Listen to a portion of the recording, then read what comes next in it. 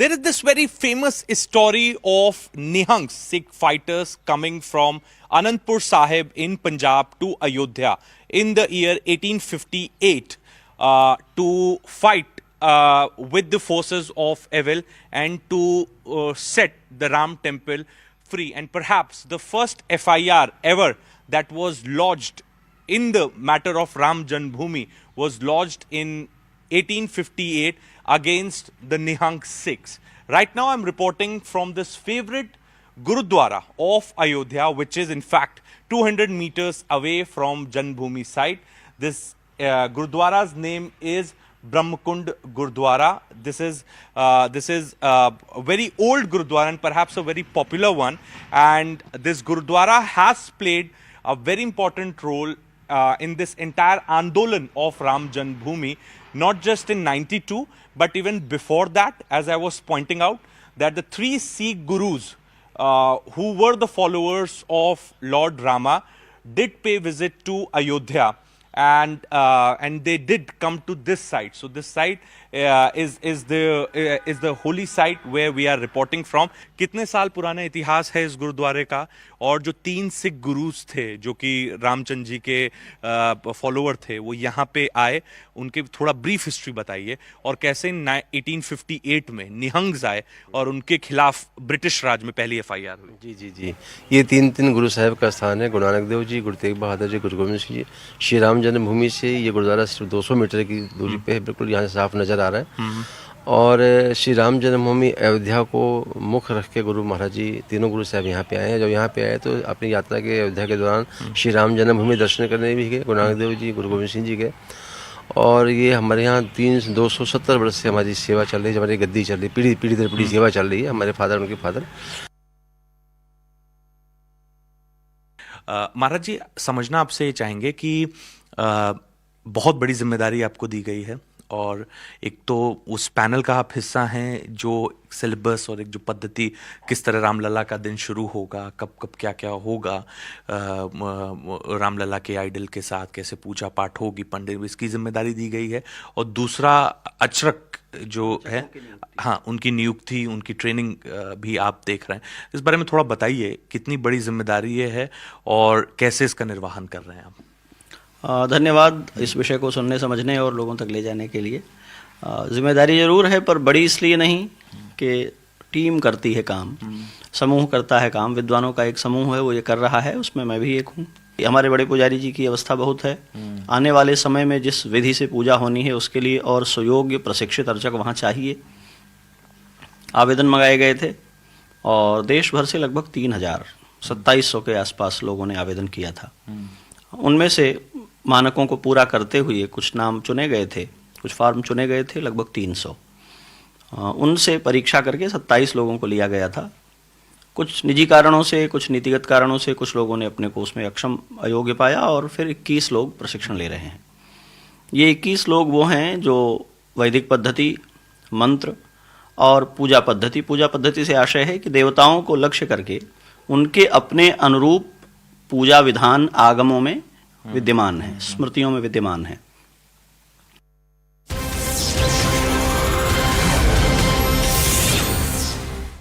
Some breaking news now coming in as far as the weather of the national capital is concerned. We are learning that several flight operations have been delayed at the Indira Gandhi International Airport due to low visibility amid the fog. And as per the Northern Railways, at least 30 trains approaching stations in Delhi area are running late. According to IMD, the Delhi Palam and Safdarjung airports are reported 500-meter visibilities at 5:30 a.m. today itself. We'll bring you more details about the word coming in straight from the IMD, for which we have CNN News 18's Akash Sharma joining us on the broadcast early this morning. Akash, a very good morning to you. Could you please give us more details about the word coming in from IMD as well as this dipping visibility?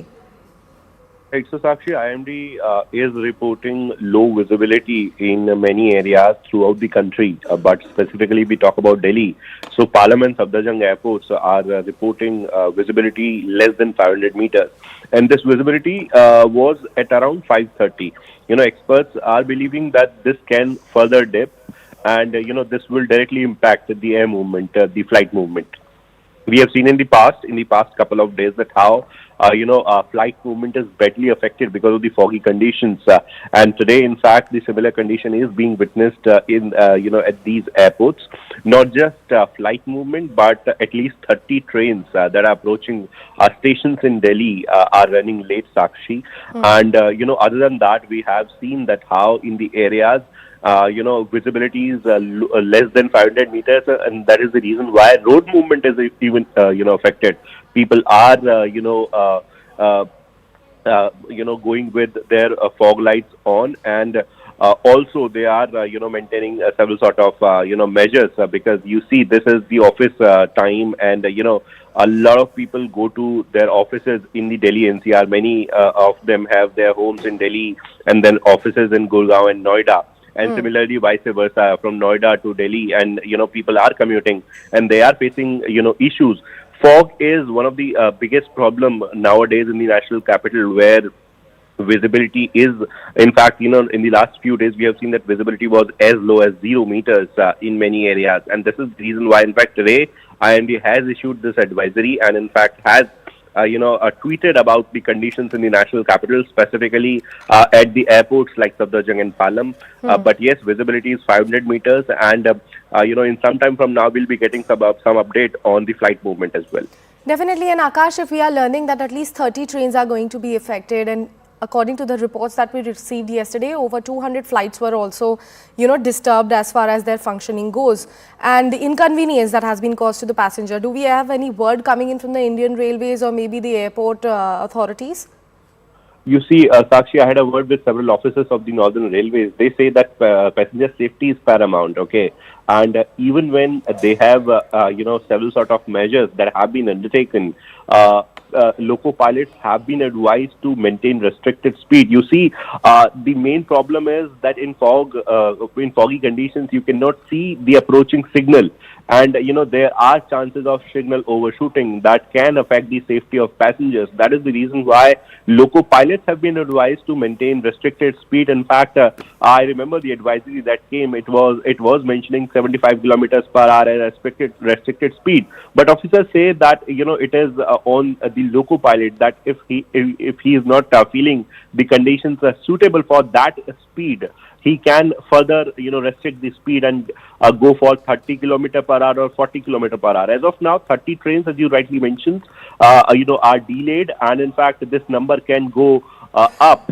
Further, passengers have been advised to check their train latest status from NTES app or from 139, that is railway inquiry number, and plan their journey accordingly. All right, Akash, thank you so much for bringing us all those crucial details about the dense fog actually blanketing the national capital. This is specifically a matter of concerning for the people, the commuters and passengers living here in Delhi. Right now, it's time to slip into a very short commercial break. Stay with us. We'll be right back with more.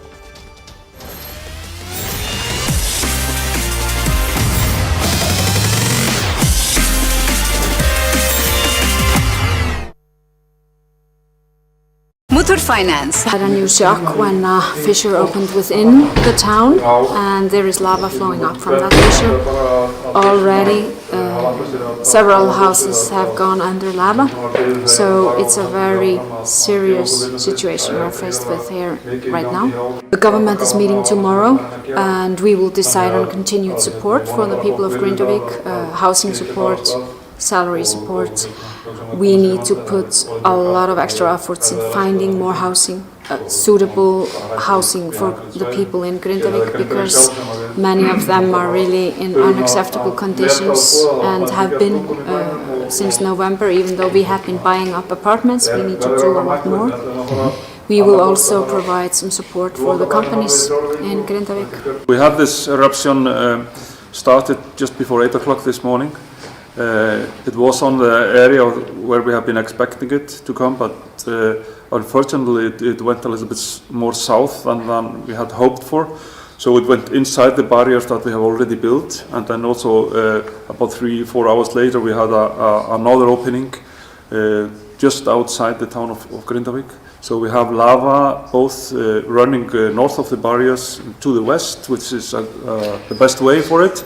But we have designed the barriers to work in that way, but also to the south, and getting close to the town, and then we had this fissure just outside Grindavik, and we have now lava inside the town, and some houses has burned or be buried under the lava, and it's still going quite strong into the town. So we see that the potential damage will be quite much.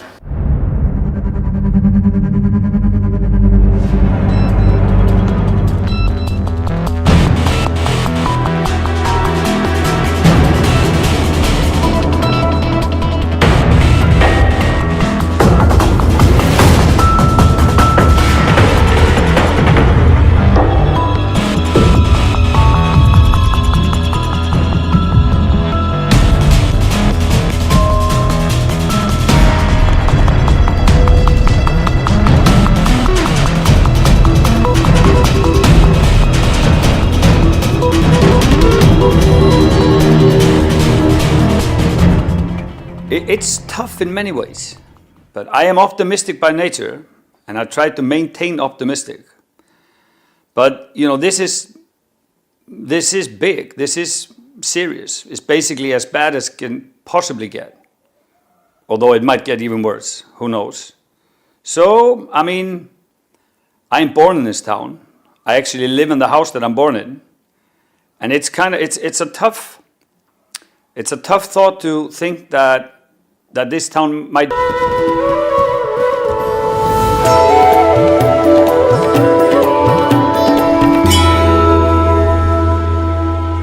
Welcome back and thanks for staying with us. Shifting our focus back to the big Ram Mandir. We have already talked about the preparations. Let's now talk about another angle which is being played parallelly to it. It's the politics. As the upcoming inauguration for the Ram Mandir approaches, political tensions are on the rise, with Uddhav Sena MP Sanjay Raut criticizing the BJP for issuing Pran Pratishtha invitations and arguing that the Ram Mandir is not their personal property. In response, BJP labelled the opposition as quote-unquote seasonal Hindus. While Congress leaders declined invites, Uttar Pradesh Congress unit members visited Ayodhya, highlighting their non-political approach towards the Ram Mandir, despite objections from the opposition supported by Shankaracharyas accusing the BJP of politicizing the event. The opposition maintained that the BJP does not have any authority to send out the invitations for the Pran Pratishtha ceremony on January 22nd. The Ayodhya Ram Temple issue is concerned, the Congress leaders have decided that they are not going for the ceremony on 22nd. BJP is now saying that the Congress is anti-Hindu, anti-Ram. This anti-Hindu talk is frankly quite silly. The great strength of Hinduism is there are various ways of interpreting belief and faith and acting upon it. And you can't call the Shankaracharya Puri to be anti-Hindu.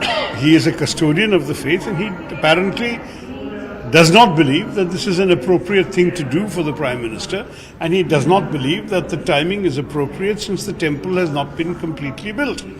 He's saying let the temple be completely built and let a religious figure do the Prana Pratishtha rather than asking the Prime Minister to come and do it. No doubt there will be some people who don't agree with the politics of the BJP who will still want to go, and there will be other people who, because of their disagreement with the politics of the BJP, will prefer to go at some other time but will still go. And that's going to be the experience of many Indians across the country. Nobody who doesn't go on the 22nd of January is necessarily anti-Hindu. That's an extremely politically loaded accusation to make. The BJP would call it a political stand, given that Gandhi family is not going to participate in the Pran Pratishtha ceremony. How do you look at it? Because we saw you taking a holy dip in river Saryu. Do you see that it has been done to counter the narrative of BJP? देखिए, आज मकर संक्रांति के शुभ अवसर पर भगवान श्री राम लल्ला जी के दर्शन कर आशीर्वाद प्राप्ति के लिए और विश्व ब्रह्मांड में खुशहाली हो ऐसी उनके दरबार में अभिलाषा लगाने के लिए यहाँ पर हम लोग इस भाव से आए हैं। और मैं कोई पहली बार नहीं आया, मैं पिछले वर्ष भी भगवान श्री राम लल्ला जी के दर्शन यहीं पे अयोध्या नगरी में मैंने यहीं पे आके हमने किए थे। और भगवान राम सबके हैं, राम सबके हैं और सबके भीतर सबके अंदर भगवान राम है, ये हमारा आस्था का भाव है। जिस क्षेत्र से मैं आता हूँ वहाँ पर सुबह उठते हैं तो राम राम करते हैं। उस क्षेत्र के अंदर अगर वर्षा होती है तो कहते हैं राम बरस गया। उस क्षेत्र के अंदर कोई नया काम शुरू करते हैं तो कहते हैं लेके राम का नाम। अगर खेती करे तो मजदूर किसान अगर हल चलाए तो लेके राम का नाम, कोई अगर व्यापार करे तो लेके राम का नाम। तो भगवान राम सबके आस्था के प्रतीक हैं। इस भाव से हम लोग यहाँ पे आए हैं। How do you see this visit of the Congress delegation when the senior leadership has said no to as far as participating in the Pran Pratishtha is concerned? The other leaders are here. How do you look at this? See, most of the leaders who are here and a lot of people from the Congress, we keep on visiting Ayodhya time to time. This is not the first time Dipender ji is coming here or Ajay Rai ji is coming here or any other Neta is coming here. So what the Congress leadership has said is that we will not go on a particular political event, but Ramji belongs to everyone, Ayodhya belongs to everyone, and we will go whenever we like. And why not Jai Shri Ram? Why Jai Siya Ram? Jai Siya Ram is the original slogan that's been used in this country since time immemorial. It's been thousands of years since everyone has been saying Jai Siya Ram. When we were kids, we used to hear Jai Siya Ram. So I think that's how. Pankaj, if state level leadership has come, why central leadership is not coming? We have a lot of people from the central leadership. Avinash I'm talking about Gandhi family. I'm talking about Mr. Kharge. They'll also come. Okay. Whenever they feel like it, whenever they want to come, they'll also be visiting. Right now, everybody is involved in the Bharat Jodo Nyaya Yatra, and it's been very important for them to visit Manipur. As we know that Manipur has been burning since the last many months, so I think it was very important that Rahul ji visited Manipur earlier also. Now our entire leadership is in Manipur. Joining me now is Mr. Akhilesh Pratap Singh. Sir, you have taken a dip in River Saryu, and here we are speaking. Sir, many would look at this visit. In fact, many political observers are saying that this is nothing but to counter narrative that BJP is trying to create, that Congress is anti-Hindu and anti-Ram. Do you agree to this? And this is the reason that the full delegation has come to take a holy dip in River Saryu? Congress और पूरे देश के लिए भगवान राम आराध्य हैं, आस्था के विषय हैं। बीजेपी के लिए राम राजनीतिक विषय है। बीजेपी घबराई हुई है, डरी हुई है, क्योंकि बीजेपी पाप कर रही है, अनर्थ कर रही है। इतने सदियों से प्रतीक्षित जिस राम मंदिर का निर्माण हो रहा है, उसमें अर्धनिर्मित मंदिर में प्राण प्रतिष्ठा नहीं की जानी चाहिए। शास्त्र सम्मत कार्य करते, या तो पहले बना लिए होते या 2 महीने बाद बना के करते। क्या जल्दी है? उन्हीं को करना था, लेकिन अनर्थ क्यों कर रहे हैं? बट इससे पहले भी कई मंदिर हुए हैं जो बिना पूरे बने, जिनके प्राण प्रतिष्ठा नहीं हुए हैं, कभी नहीं। सोमनाथ के मंदिर को लेके भी ये बात किया जा सकता है। मंदिर भी जब पूर्ण हो गया था तब हुआ था प्राण प्रतिष्ठा, और उसका जीर्णोद्धार हुआ था। यहाँ प्राण प्रतिष्ठा कर रहे हैं। क्या कांग्रेस घबराई हुई है कि हिंदू वोट बैंक? घबराई तो बीजेपी है, नहीं कि हिंदू वोट बैंक छटकना। कांग्रेस कहाँ घबराई हुई है? कांग्रेस जो है हिंदू या किसी और जात के बैंक को, वोट को बैंक समझ के राजनीति नहीं करती। तो सोनिया जी, राहुल जी क्यों नहीं आ रहे प्राण प्रतिष्ठान के लिए? अरे वो जब मन करेगा आएंगे। भगवान के और भक्त के बीच में ये कौन है? नहीं, भगवान और भक्त के बीच में ये कौन है बुलाने वाले? Next up, we have a short snippet of a conversation that CNN News 18's Shivani Gupta had with Shankaracharya Sadanand Saraswati. Take a look at that conversation. सबसे पहले तो बहुत चर्चा हो रही है कि शंकराचार्य इसलिए नहीं जा रहे हैं राम मंदिर प्राण प्रतिष्ठा में क्योंकि बहुत लोग कह रहे हैं कि ये रीजन है या वो रीजन है। मैं सबसे पहले आपके शब्दों में जानना चाहती हूँ कि आप क्यों नहीं जा रहे हैं इस इवेंट में? नहीं, हम लोगों को प्रसन्नता है, कार्यक्रम संपन्न हो रहा है और वो निर्विघ्न संपन्न हो ऐसी मंगल कामना भी है, और हम लोग भी बाद में दर्शन करने के लिए जाएंगे। अभी प्रतिष्ठा के अवसर पर जाना संभव नहीं हो पा रहा है, क्योंकि हम लोगों के साथ भी बहुत लोग होते हैं और वहाँ लोगों को सीमित अर्थात अव्यवस्था ना हो जाए, एतदर्थ ऐसी व्यवस्थाएं बनाई गई होंगी, तो उस मर्यादा का ध्यान रखने के कारण जाना नहीं हो रहा है। बाकी सभी राम भक्त हैं और हम लोगों को इस विषय में कोई समाज को इस विषय में कोई संदेह नहीं करना चाहिए बाद में सब जाने वाले ही हैं। जी जी, लेकिन ऐसे भी चर्चा हो रही है कि ये जो पूरी सेरेमनी है ये विधि विधान के हिसाब से नहीं हो रही है, अधूरे मंदिर में प्राण प्रतिष्ठा हो रही है, जो लोग मानते हैं कि सही नहीं है। तो क्या ये भी रीजन हो सकता है कि आप नहीं जा रहे हैं? सनातन धर्म में, हिंदू धर्म में विधि निषेध का पालन होता है, शास्त्र की मर्यादा का पालन होता है, आचार्यों का उत्तरदायित्व होता है, शंकराचार्यों का उत्तरदायित्व होता है कि धर्म शास्त्र के अनुसार चलें और समाज को भी, देश को भी चलावें। एक बात ये भी निकल के आई है, ये सवाल मैं आपसे पूछना चाहती हूँ कि जब सोमनाथ मंदिर दोबारा बनाया गया था 1951 में, वहां पे भी प्राण प्रतिष्ठा की गई थी और तब भी वो जो मंदिर था अधूरा था, अर्ध निर्माण था, वो पूरा नहीं बना था। तो क्या ये कहना सही है कि अधूरे मंदिर में, अर्ध निर्माण मंदिर में प्राण प्रतिष्ठा नहीं होनी चाहिए?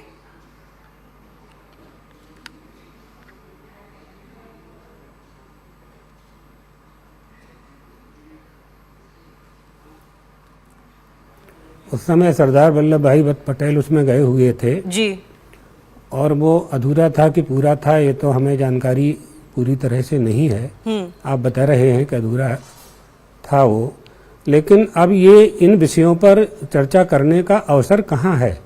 संकल्प हो चुका है, अच्छा काम हो रहा है, इसको होने देना चाहिए। जी, और इसी से जुड़ी हुई ये भी बात है कि उस वक्त हमारे देश के जो प्रेसिडेंट थे, राष्ट्रपति थे, वो गए थे, राजेंद्र प्रसाद, जब सोमनाथ में प्राण प्रतिष्ठा हुई थी तो वो उसका हिस्सा बने थे। आज की तारीख में प्रधानमंत्री नरेंद्र मोदी जा रहे हैं, तो क्या ये कोई विवाद का विषय है कि वहां पे प्राइम मिनिस्टर को होना चाहिए या नहीं होना चाहिए? काशी के विद्वानों द्वारा पूरा कार्यक्रम संचालित हो रहा है। धार्मिक अनुष्ठान काशी के और दक्षिण भारत के विद्वानों द्वारा संचालित किए जा रहे हैं। प्रधानमंत्री जी भारत देश के प्रधानमंत्री हैं, तो जा सकते हैं, जाना चाहिए। With that, we have completely run out of time on this bulletin, but stay with us, don't go anywhere. We'll see you again in a short while from now.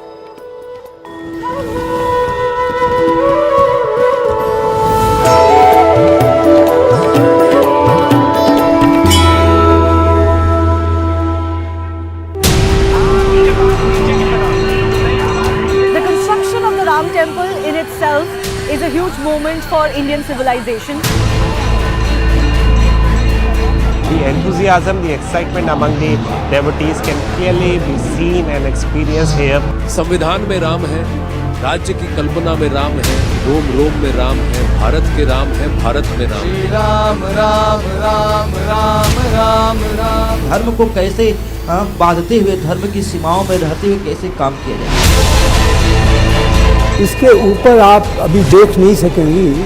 वो विष्णु जी का है और वो एक तरीके से समुद्र मंथन उसकी कहानी। Thousands of devotees have come to this Naya Ghat. They are offering prayers to Lord Surya.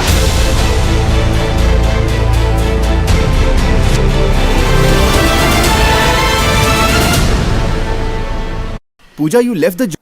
And I would have to start all over somewhere else. But if that's the case, then that's exactly what we'll do. We always hope that, you know, the last eruption that was on the 18th of December, that was further away.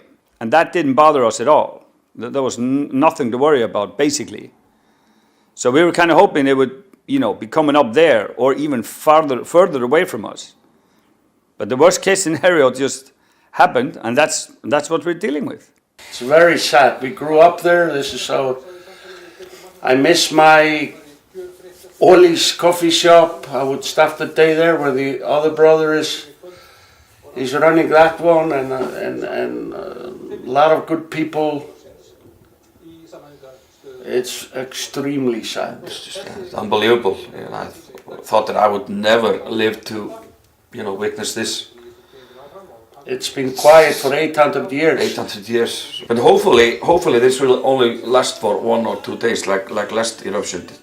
It went up, it was very big, but the morning after it was almost over. So we'll just have to hope that this will end soon. So, yeah.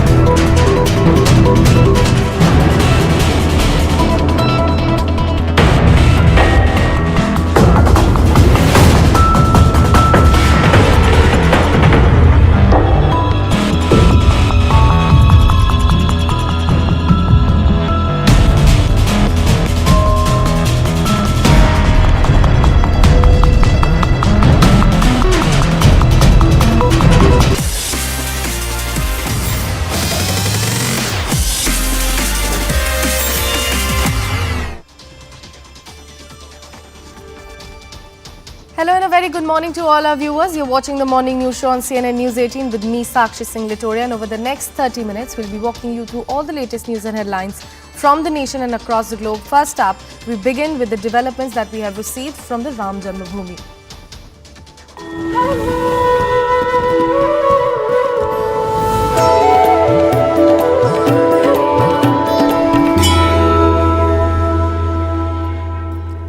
Well, in preparation for the Pran Pratishtha, the entire city of Ayodhya is adorned. On Monday, General Secretary of Shri Ram Janmabhoomi Teerth Kshetra Champat Rai revealed that the idol of Lord Ram would be positioned in the temple's Garbhagriha on January 18th. During a press conference, Rai mentioned that the auspicious timing was determined by Ganeshwar Shastri Dravid from Varanasi.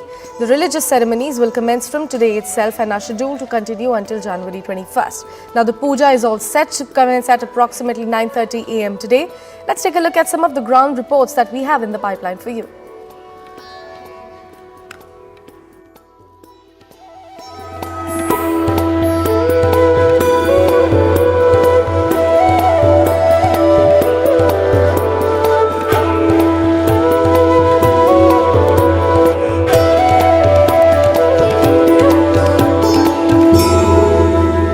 We are at the Maharishi Valmiki Airport in Ayodhya and water side. You can see these beautiful paintings here, beautiful airport. We are on an Indigo flight which has come from Delhi, which was a packed flight today.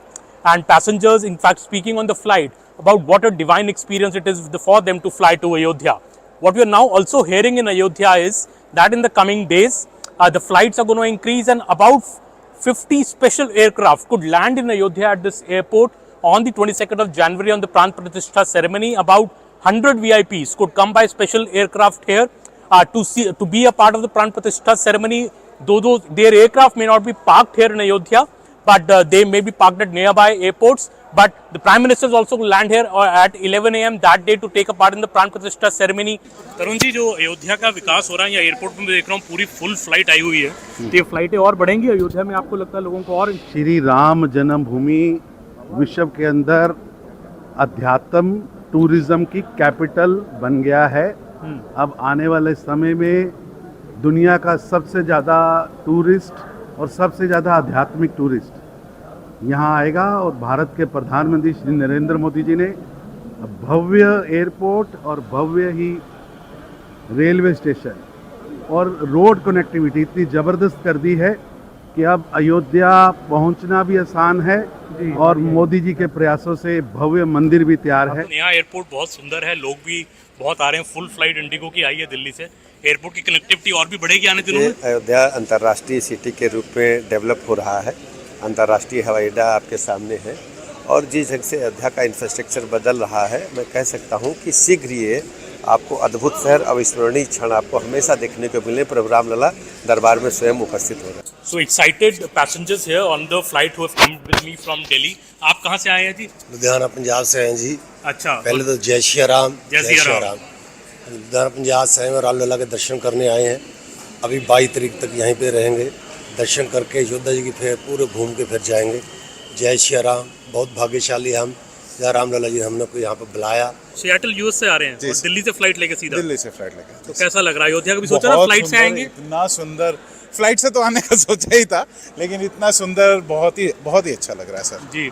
और अयोध्या की जो प्राण प्रतिष्ठा 22 तारीख को हो रही है, आप सियाटल से मतलब क्या मंदिर देखने आए हैं? क्या मंदिर देखने आए हैं। अगर हमको वहाँ पर इनविटेशन मिल जाए उसके लिए ट्राई करने की कोशिश करें। अच्छा, इनविटेशन के लिए ट्राई करेंगे जी सर। तो कुछ लोग हमें बता रहे थे फ्लाइट में कि 20 तारीख के बाद तो कोई आने नहीं देगा यहाँ पे, तो पहले ही पहुंच जाए। पहले पहुंच के देख ले, कम से कम ये तो दर्शन कर ही लेते हैं। Connectivity to Ayodhya is also improving day by day. Today Indigo is already operating. We now have flight connectivity also coming from Ahmedabad and Mumbai.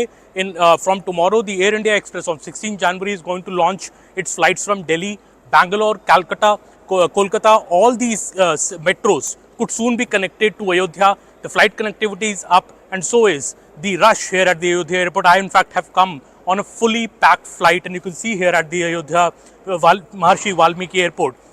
The airport, even just one flight which has come from Delhi today was completely packed. A lot of enthusiasm amongst the people to come to Ayodhya. Many are excited to see the new temple, and many want to come here before the 20th of January because they told me that after 20th January the entry could be stopped for outsiders. So everybody wants to come to Ayodhya before 20th January, maybe get a glimpse of the grand Ram temple.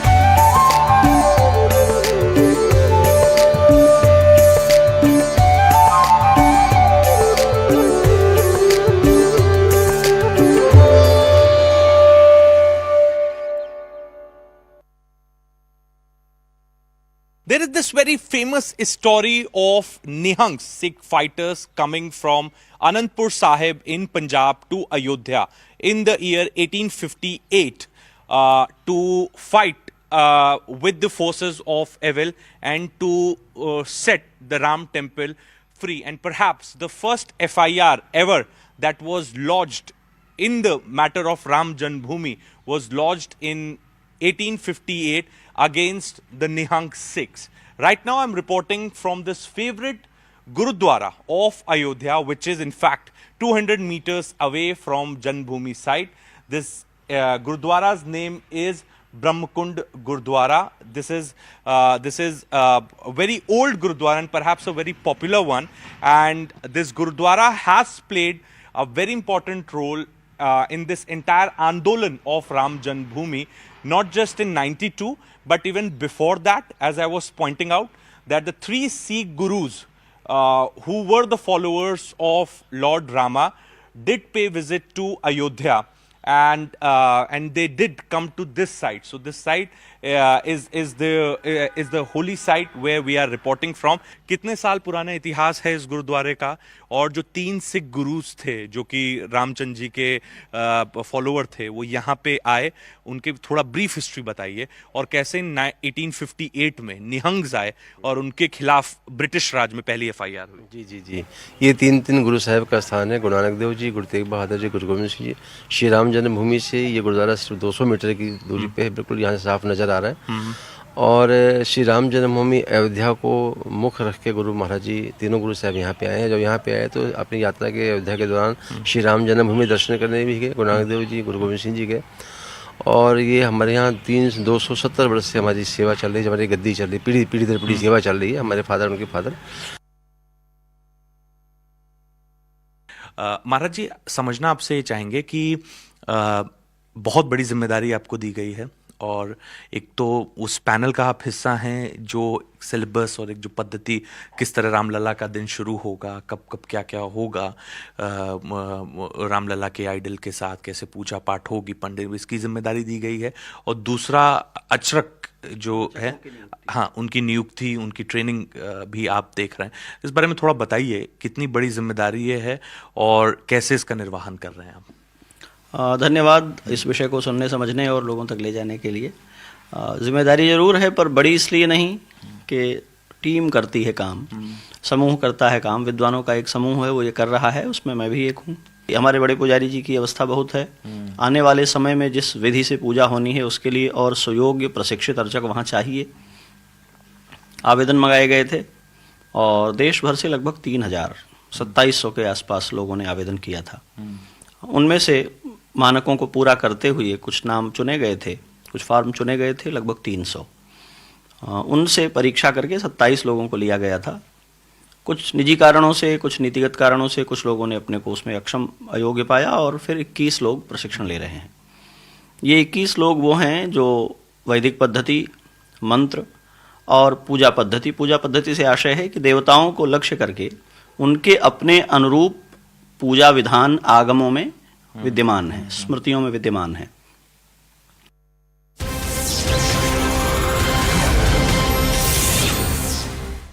Some breaking news now coming in as far as the weather of the national capital is concerned. We are learning that several flight operations have been delayed at the Indira Gandhi International Airport due to low visibility amid the fog. And as per the Northern Railways, at least 30 trains approaching stations in Delhi area are running late. According to IMD, the Delhi Palam and Safdarjung airports are reported 500-meter visibilities at 5:30 a.m. today itself. We'll bring you more details about the word coming in straight from the IMD, for which we have CNN News 18's Akash Sharma joining us on the broadcast early this morning. Akash, a very good morning to you. Could you please give us more details about the word coming in from IMD as well as this dipping visibility? Right, so Sakshi, IMD is reporting low visibility in many areas throughout the country, but specifically we talk about Delhi. So Palam and Safdarjung airports are reporting visibility less than 500 meters. And this visibility was at around 5:30.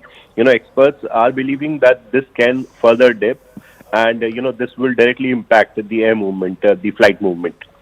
we have seen in the past couple of days, that how flight movement is badly affected because of the foggy conditions. And today, in fact, the similar condition is being witnessed at these airports. Not just flight movement, but at least 30 trains that are approaching stations in Delhi are running late, Sakshi. And other than that, we have seen that how in the areas visibility is less than 500 meters, and that is the reason why road movement is even affected. People are going with their fog lights on, and also they are maintaining several sort of measures, because you see this is the office time, and a lot of people go to their offices in the Delhi NCR. Many of them have their homes in Delhi and then offices in Gurgaon and Noida. And similarly, vice versa, from Noida to Delhi, and people are commuting and they are facing issues. Fog is one of the biggest problem nowadays in the national capital, where visibility is, in fact, in the last few days we have seen that visibility was as low as 0 meters in many areas, and this is the reason why, in fact, today IMD has issued this advisory, and in fact has tweeted about the conditions in the national capital, specifically at the airports like Safdarjung and Palam. But yes, visibility is 500 meters, and in some time from now we'll be getting some update on the flight movement as well. Definitely, and Akash, if we are learning that at least 30 trains are going to be affected, and according to the reports that we received yesterday, over 200 flights were also, disturbed as far as their functioning goes, and the inconvenience that has been caused to the passenger. Do we have any word coming in from the Indian Railways or maybe the airport authorities? You see, Sakshi, I had a word with several officers of the Northern Railways. They say that passenger safety is paramount, okay? And even when they have, several sort of measures that have been undertaken, loco pilots have been advised to maintain restricted speed. You see, the main problem is that in foggy conditions, you cannot see the approaching signal. And, there are chances of signal overshooting that can affect the safety of passengers. That is the reason why loco pilots have been advised to maintain restricted speed. In fact, I remember the advisory that came, it was mentioning 75 kilometers per hour as restricted speed. But officers say that, it is on the loco pilot that if he is not feeling the conditions are suitable for that speed, he can further, restrict the speed and go for 30 km per hour or 40 km per hour. As of now, 30 trains, as you rightly mentioned, are delayed, and in fact, this number can go up. Further, passengers have been advised to check their train latest status from NTES app or from 139, that is railway inquiry number, and plan their journey accordingly.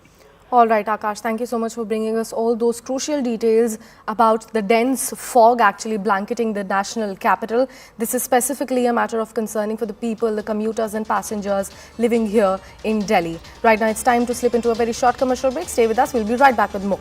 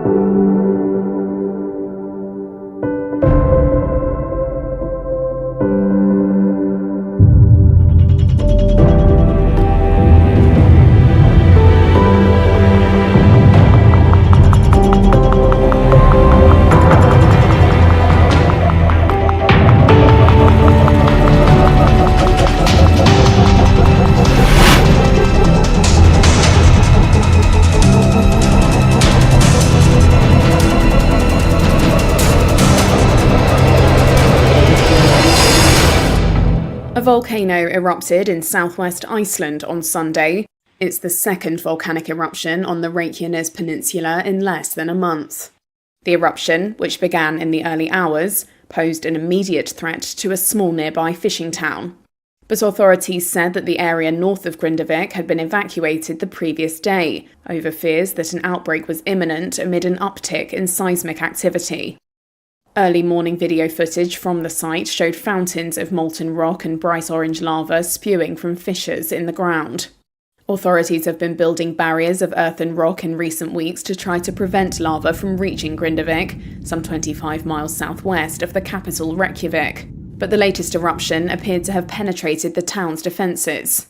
A spokesperson told public broadcaster RUV that, based on flow models, it could take the lava a few hours to reach Grindavik if it continued to head towards the town. The eruption marks the fifth in Reykjanes since 2021.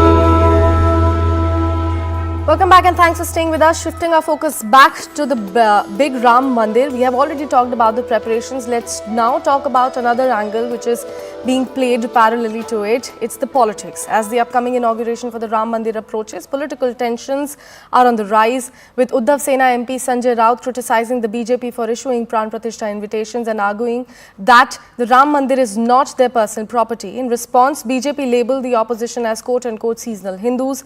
While Congress leaders declined invites, Uttar Pradesh Congress unit members visited Ayodhya, highlighting their non-political approach towards the Ram Mandir, despite objections from the opposition supported by Shankaracharyas accusing the BJP of politicizing the event.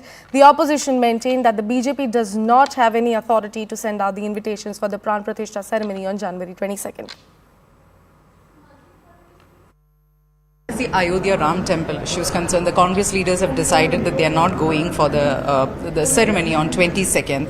BJP is now saying that the Congress is anti-Hindu, anti-Ram. This anti-Hindu talk is frankly quite silly.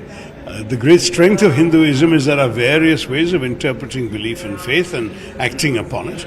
And you can't call the Shankaracharya Puri to be anti-Hindu. He is a custodian of the faith and he apparently does not believe that this is an appropriate thing to do for the Prime Minister, and he does not believe that the timing is appropriate since the temple has not been completely built. He's saying let the temple be completely built and let a religious figure do the Prana Pratishtha rather than asking the Prime Minister to come and do it. No doubt there will be some people who don't agree with the politics of the BJP who will still want to go, and there will be other people who, because of their disagreement with the politics of the BJP, will prefer to go at some other time but will still go. And that's going to be the experience of many Indians across the country. Nobody who doesn't go on the 22nd of January is necessarily anti-Hindu. That's an extremely politically loaded accusation to make. The BJP would call it a political stand, given that Gandhi family is not going to participate in the Pran Pratishtha ceremony. How do you look at it? Because we saw you taking a holy dip in river Saryu. Do you see that it has been done to counter the narrative of BJP? देखिए, आज मकर संक्रांति के शुभ अवसर पर भगवान श्री राम लल्ला जी के दर्शन कर आशीर्वाद प्राप्ति के लिए और विश्व ब्रह्मांड में खुशहाली हो ऐसी उनके दरबार में अभिलाषा लगाने के लिए यहाँ पर हम लोग इस भाव से आए हैं। और मैं कोई पहली बार नहीं आया, मैं पिछले वर्ष भी भगवान श्री राम लल्ला जी के दर्शन यहीं पे अयोध्या नगरी में मैंने यहीं पे आके हमने किए थे। और भगवान राम सबके हैं, राम सबके हैं और सबके भीतर सबके अंदर भगवान राम है, ये हमारा आस्था का भाव है। जिस क्षेत्र से मैं आता हूँ वहाँ पर सुबह उठते हैं तो राम राम करते हैं। उस क्षेत्र के अंदर अगर वर्षा होती है तो कहते हैं राम बरस गया। उस क्षेत्र के अंदर कोई नया काम शुरू करते हैं तो कहते हैं लेके राम का नाम। अगर खेती करें तो मजदूर किसान अगर हल चलाए तो लेके राम का नाम, कोई अगर व्यापार करे तो लेके राम का नाम। तो भगवान राम सबके आस्था के प्रतीक हैं। इस भाव से हम लोग यहाँ पे आए हैं। How do you see this visit of the Congress delegation when the senior leadership has said no to as far as participating in the Pran Pratishtha is concerned? The other leaders are here. How do you look at this? See, most of the leaders who are here and a lot of people from the Congress, we keep on visiting Ayodhya time to time. This is not the first time Dipender ji is coming here or Ajay Rai ji is coming here or any other Neta is coming here. So what the Congress leadership has said is that we will not go on a particular political event, but Ramji belongs to everyone, Ayodhya belongs to everyone, and we will go whenever we like. And why not Jai Shri Ram? Why Jai Siya Ram? Jai Siya Ram is the original slogan that's been used in this country since time immemorial. It's been thousands of years since everyone has been saying Jai Siya Ram. When we were kids, we used to hear Jai Siya Ram. So I think that's how. Pankaj, if state level leadership has come, why central leadership is not coming? We have a lot of people from the central leadership. Avinash I'm talking about Gandhi family. I'm talking about Mr. Kharge. They'll also come. Okay. Whenever they feel like it, whenever they want to come, they'll also be visiting. Right now, everybody is involved in the Bharat Jodo Nyaya Yatra, and it's been very important for them to visit Manipur. As we know that Manipur has been burning since the last many months, so I think it was very important that Rahul ji visited Manipur earlier also. Now our entire leadership is in Manipur. Joining me now is Mr. Akhilesh Pratap Singh. Sir, you have taken a dip in River Saryu, and here we are speaking. So many would look at this visit. In fact, many political observers are saying that this is nothing but to counter narrative that BJP is trying to create, that Congress is anti-Hindu and anti-Ram. Do you agree to this? And this is the reason that the full delegation has come to take a holy dip in River Saryu? Congress और पूरे देश के लिए भगवान राम आराध्य हैं, आस्था के विषय हैं। बीजेपी के लिए राम राजनीतिक विषय है। बीजेपी घबराई हुई है, डरी हुई है, क्योंकि बीजेपी पाप कर रही है, अनर्थ कर रही है। इतने सदियों से प्रतीक्षित जिस राम मंदिर का निर्माण हो रहा है, उसमें अर्धनिर्मित मंदिर में प्राण प्रतिष्ठा नहीं की जानी चाहिए। शास्त्र सम्मत कार्य करते, या तो पहले बना लिए होते या 2 महीने बाद बना के करते। क्या जल्दी है? उन्हीं को करना था, लेकिन अनर्थ क्यों कर रहे हैं? बट इससे पहले भी कई मंदिर हुए हैं जो बिना पूरे बने, जिनके प्राण प्रतिष्ठा नहीं हुए हैं, कभी नहीं। सोमनाथ के मंदिर को लेके भी ये बात किया जा सकता है। मंदिर भी जब पूर्ण हो गया था तब हुआ था प्राण प्रतिष्ठा, और उसका जीर्णोद्धार हुआ था। यहाँ प्राण प्रतिष्ठा कर रहे हैं। क्या कांग्रेस घबराई हुई है कि हिंदू वोट बैंक? घबराई तो बीजेपी है, नहीं कि हिंदू वोट बैंक छटकना। कांग्रेस कहाँ घबराई हुई है? कांग्रेस जो है हिंदू या किसी और जात के बैंक को, वोट को बैंक समझ के राजनीति नहीं करती। तो सोनिया जी, राहुल जी क्यों नहीं आ रहे प्राण प्रतिष्ठान के लिए? अरे वो जब मन करेगा आएंगे। भगवान के और भक्त के बीच में ये कौन है? नहीं, भगवान और भक्त के बीच में ये कौन है बुलाने वाले? Next up, we have a short snippet of a conversation that CNN News 18's Shivani Gupta had with Shankaracharya Sadanand Saraswati. Take a look at that conversation. सबसे पहले तो बहुत चर्चा हो रही है कि शंकराचार्य इसलिए नहीं जा रहे हैं राम मंदिर प्राण प्रतिष्ठा में क्योंकि बहुत लोग कह रहे हैं कि ये रीजन है या वो रीजन है। मैं सबसे पहले आपके शब्दों में जानना चाहती हूँ कि आप क्यों नहीं जा रहे हैं इस इवेंट में? नहीं, हम लोगों को प्रसन्नता है, कार्यक्रम संपन्न हो रहा है और वो निर्विघ्न संपन्न हो ऐसी मंगल कामना भी है, और हम लोग भी बाद में दर्शन करने के लिए जाएंगे। अभी प्रतिष्ठा के अवसर पर जाना संभव नहीं हो पा रहा है क्योंकि हम लोगों के साथ भी बहुत लोग होते हैं और वहाँ लोगों को सीमित अर्थात अव्यवस्था ना हो जाए, एतदर्थ ऐसी व्यवस्थाएं बनाई गई होंगी, तो उस मर्यादा का ध्यान रखने के कारण जाना नहीं हो रहा है। बाकी सभी राम भक्त हैं और हम लोगों को इस विषय में कोई समाज को इस विषय में कोई संदेह नहीं करना चाहिए। बाद में सब जाने वाले ही हैं। जी जी, लेकिन ऐसे भी चर्चा हो रही है कि ये जो पूरी सेरेमनी है ये विधि विधान के हिसाब से नहीं हो रही है, अधूरे मंदिर में प्राण प्रतिष्ठा हो रही है जो लोग मानते हैं कि सही नहीं है। तो क्या ये भी रीजन हो सकता है कि आप नहीं जा रहे हैं? सनातन धर्म में, हिंदू धर्म में विधि निषेध का पालन होता है, शास्त्र की मर्यादा का पालन होता है, आचार्यों का उत्तरदायित्व होता है, शंकराचार्यों का उत्तरदायित्व होता है कि धर्म शास्त्र के अनुसार चलें और समाज को भी, देश को भी चलावें।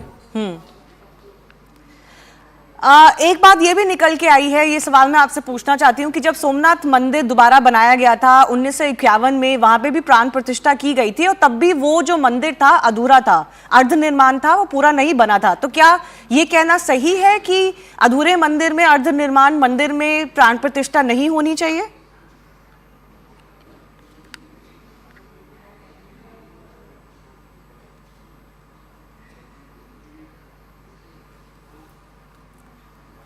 उस समय सरदार वल्लभ भाई पटेल उसमें गए हुए थे जी, और वो अधूरा था कि पूरा था ये तो हमें जानकारी पूरी तरह से नहीं है।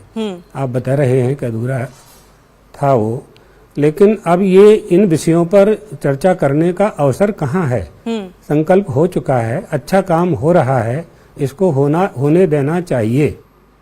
जी, और इसी से जुड़ी हुई ये भी बात है कि उस वक्त हमारे देश के जो प्रेसिडेंट थे, राष्ट्रपति थे, वो गए थे, राजेंद्र प्रसाद, जब सोमनाथ में प्राण प्रतिष्ठा हुई थी तो वो उसका हिस्सा बने थे। आज की तारीख में प्रधानमंत्री नरेंद्र मोदी जा रहे हैं, तो क्या ये कोई विवाद का विषय है कि वहां पे प्राइम मिनिस्टर को होना चाहिए या नहीं होना चाहिए?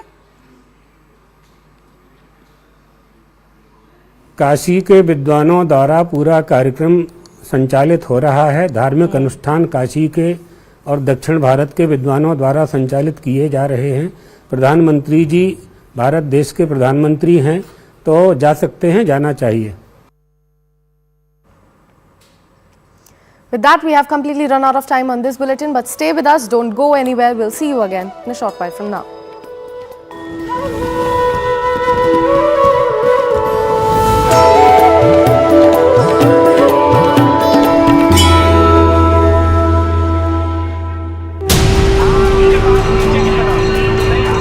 The construction of the Ram Temple in itself is a huge moment for Indian civilization. The enthusiasm, the excitement among the devotees can clearly be seen and experienced here.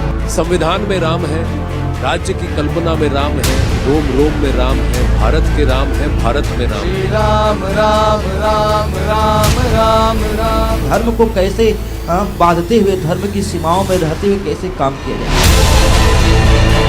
इसके ऊपर आप अभी देख नहीं सकेंगी, वो विष्णु जी का है और वो एक तरीके से समुद्र मंथन उसकी कहानी। Thousands of devotees have come to this Naya Ghat. They are offering prayers to Lord Surya.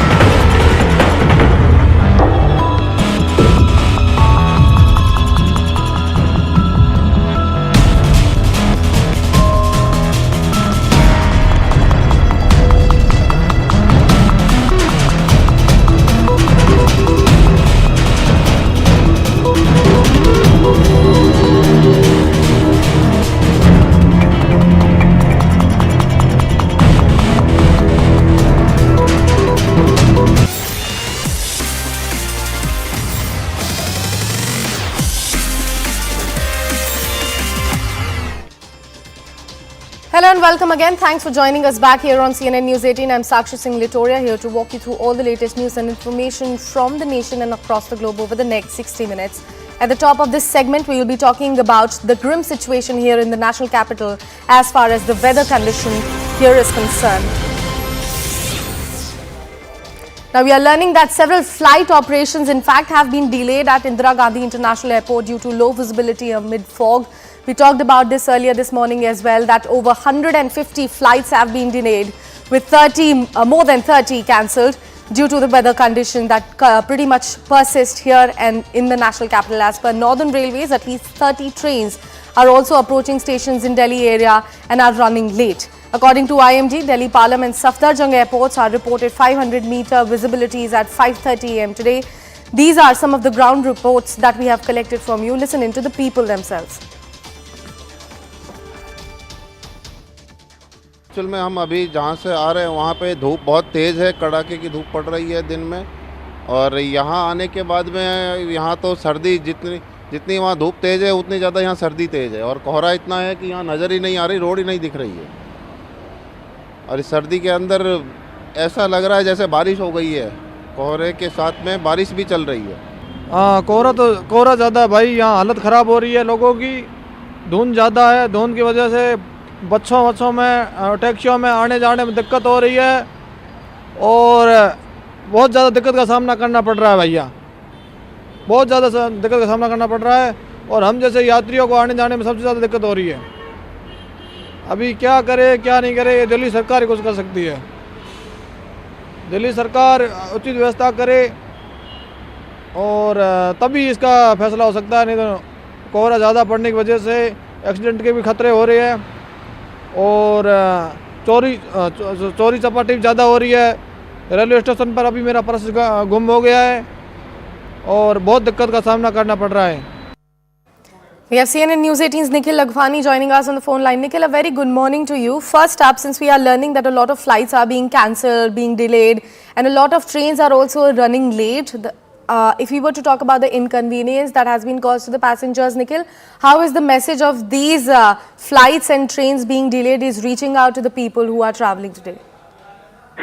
Well, today is yet another day when the weather conditions are poor in context to the railway and the aircraft operations. If we talk about the further details, the IMD department have told us that the current temperature has been recorded at about 4.8 degrees Celsius, and the visibility is somewhere about 0 meters. But if we talk about the RVR, which is the runway visual range, it has come close to around 100 to 150 meter. And as per the DGCA norms, a flight which is Cat 3 compliant can take off if the visibility is over or around 125 meter. That means the Cat 3 compliant flights are currently working properly, and there is one Cat 3 runway as well which is operational as of now.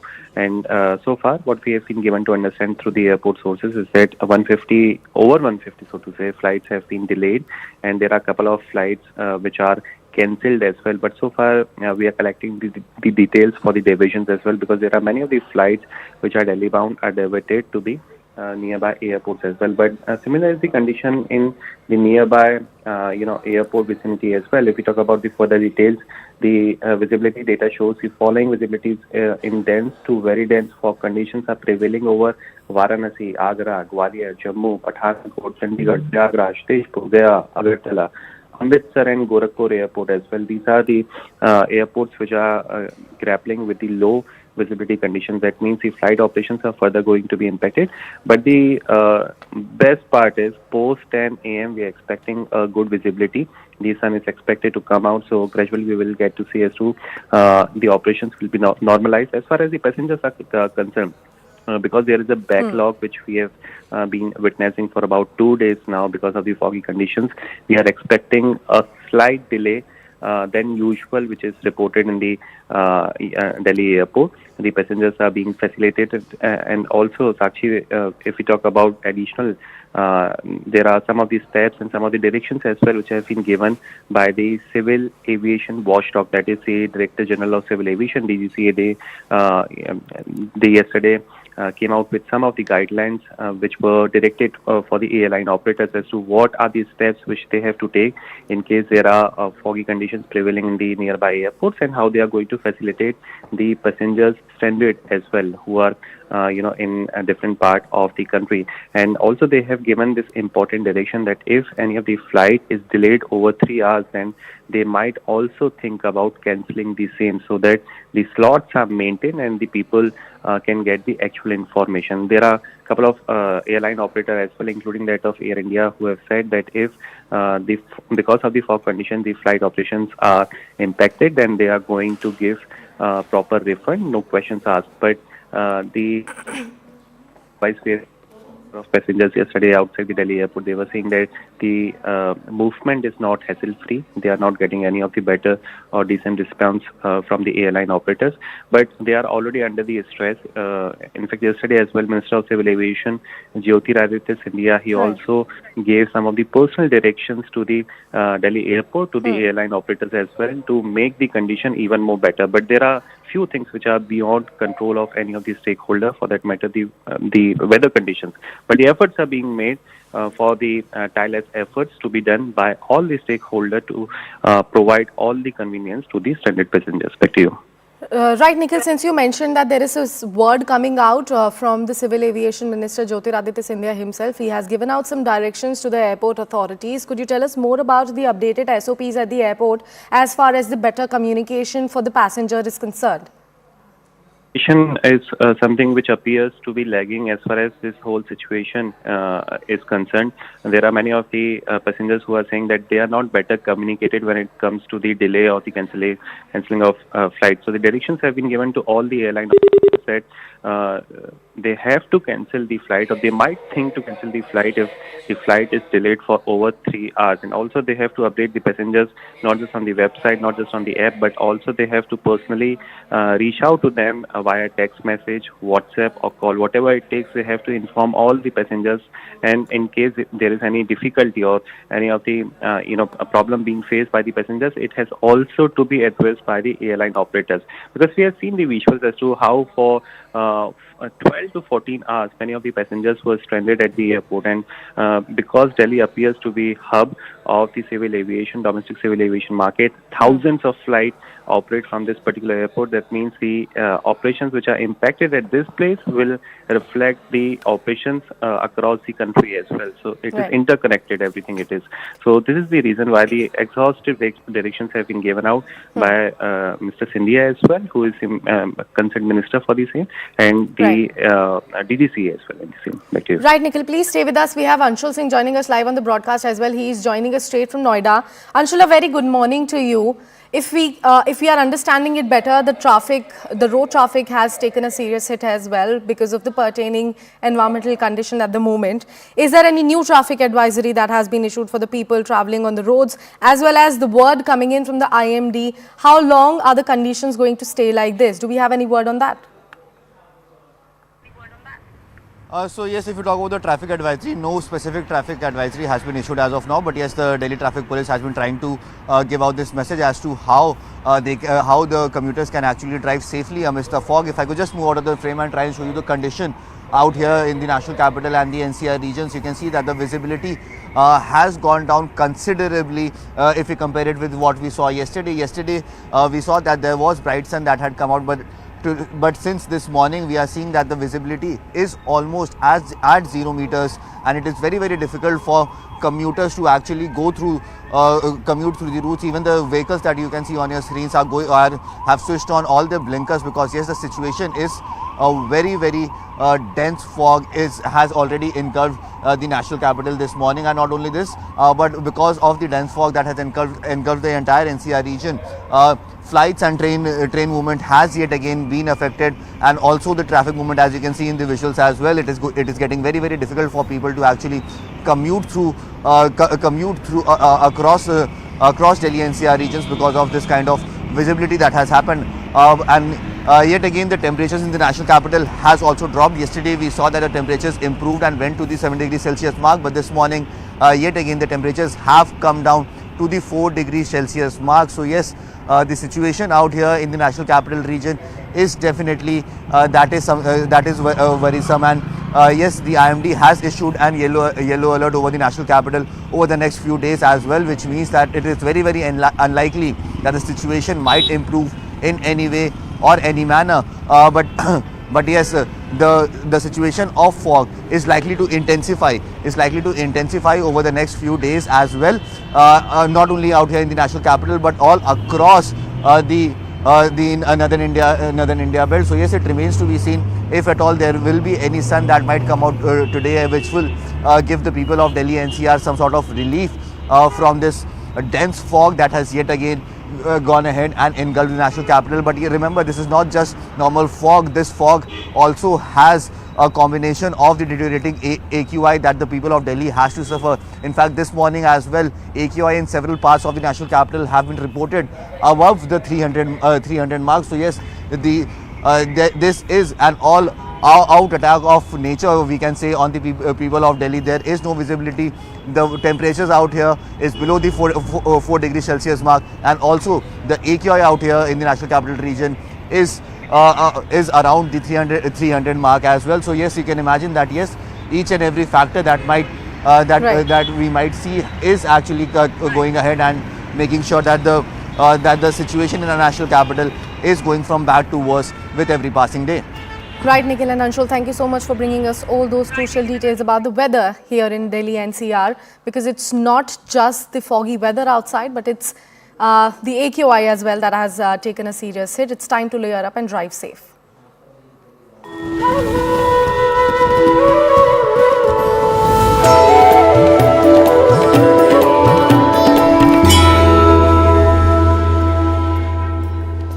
Now, in preparation for the Pran Pratishtha, the entire city of Ayodhya is adorned. On Monday, General Secretary of Shri Ram Janmabhoomi Teerth, Kshetra Champatrai, revealed that the idol of Lord Ram would be positioned in the temple's Garbhagriha on January 18th.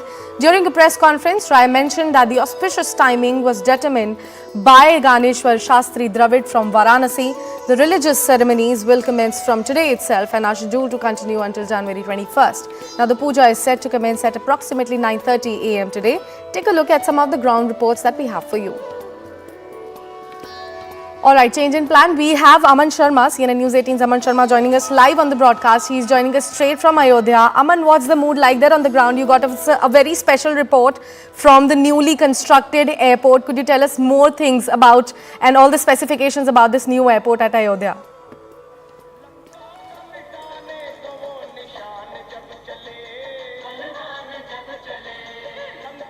Aman, can you hear me?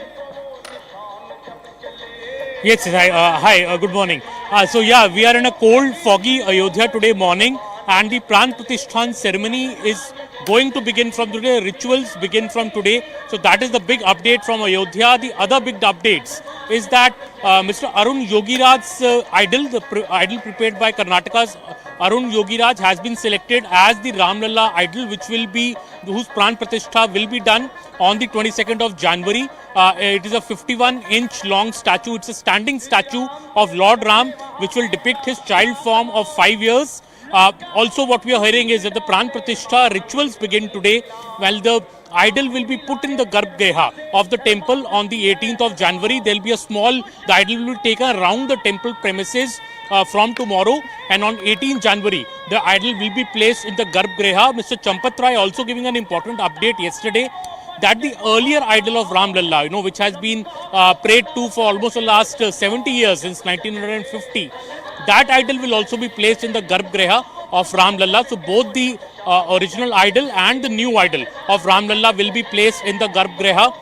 The rituals begin today, and it's an expansive process. Every day a ritual will be done, and all the important rituals, in fact, will be complete by the 21st of January. On the 22nd of January, only the necessary rituals for Pran Pratishtha will be done, which will last about 40 minutes, which will have the Prime Minister, the RSS Chief, Mr. Mohan Bhagwat, Mr. Nritya Gopal Das, Yogi Adityanath, the UP Chief Minister, the Governor of UP, Anandiben, at that time will be in the Garbhagriha, while priests would be chanting, the rituals for the Pran Pratishtha. After that 40-minute ceremony, there will be a nearly 60 to 75-minute address by the Prime Minister, by Mr. Mohan Bhagwat and the UP Chief Minister. So that is the program expected for that day. Nearly 8,000 VIPs, we have been told. The 8,000 guests are expected to arrive in Ayodhya, including many high VIPs. In fact, we were at the Ayodhya airport yesterday and nearly 50 to 100 VIP planes could land in Ayodhya between the 21st and the 22nd of January.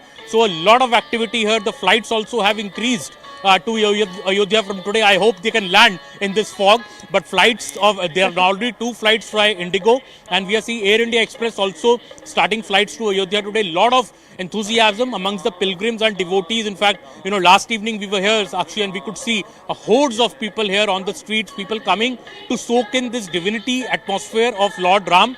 People coming here to just pay obeisance because the Ram temple will be closed on the 20th and 21st of January for the 22nd ceremony. So people wanting to pay their obeisance before the 20th of January at the makeshift temple till then, and from 23rd January the temple will be opened for general public to pay their obeisance. So the authorities are also expecting nearly 50,000 to 1 lakh people daily coming to the temple from 23rd January to have a look at the new deity, the new Ram Lalla statue, which is being Pran Pratishtha is being done, and to seek Lord Ram's blessings. Sakshi.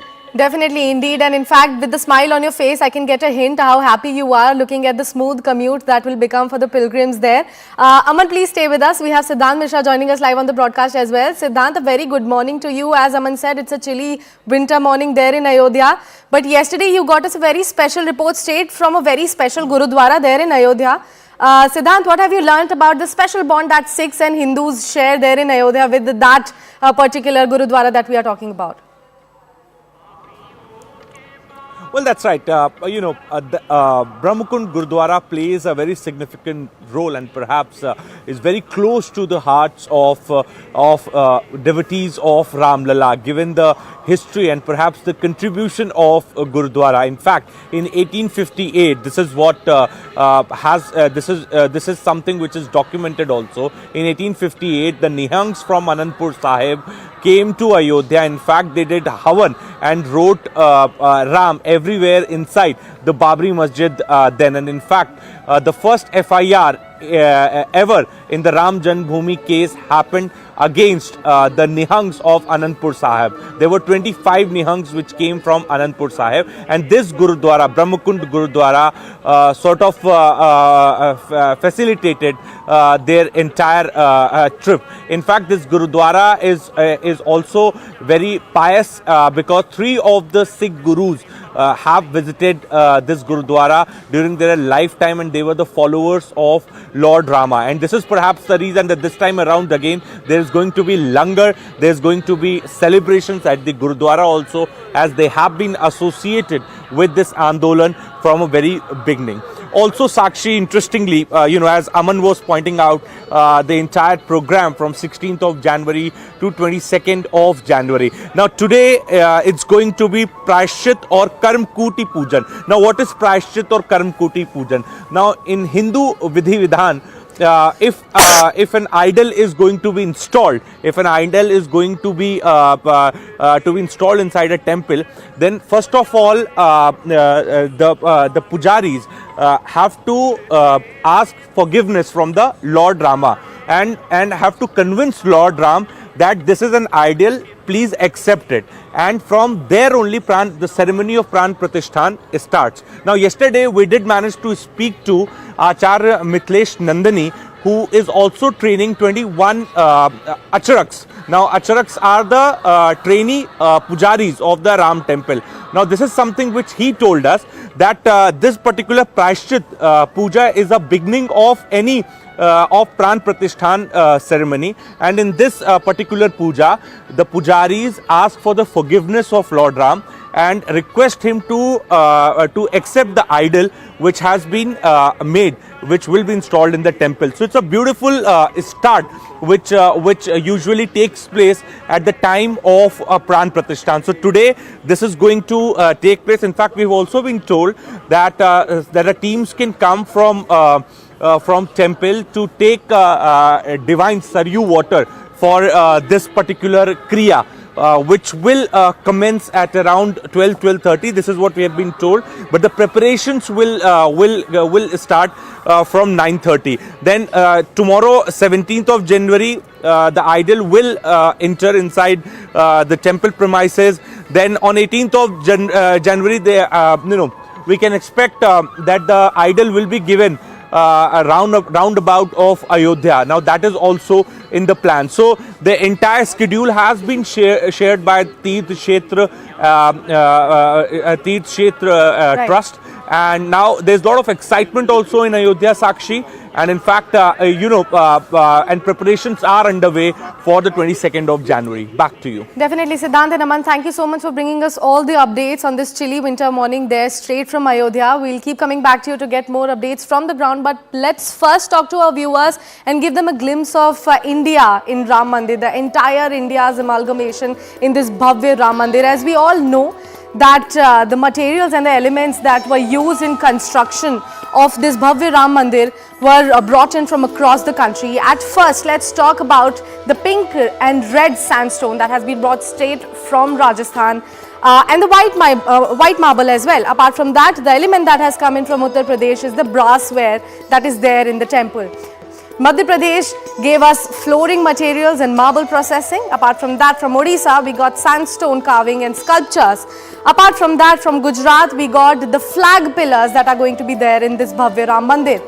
From Maharashtra, we got the teak wood and gold detailing for the decor inside the temple. Telangana gave us granite doors and charan padukas that are going to be there with Ram Lalla in this Bhavya Ram temple. Apart from that, from Andhra Pradesh, we got woodworks and company. Apart from that, from Tamil Nadu, we got woodworks, workers and the bells. From Karnataka, we got granite. So these are some of the elements that the Ram temple is going to show you if you are attending the Pran Pratishtha ceremony on January 22nd. With that, we are slipping into a very short commercial break. Stay with us as we will be bringing you more details and developments right on the other side.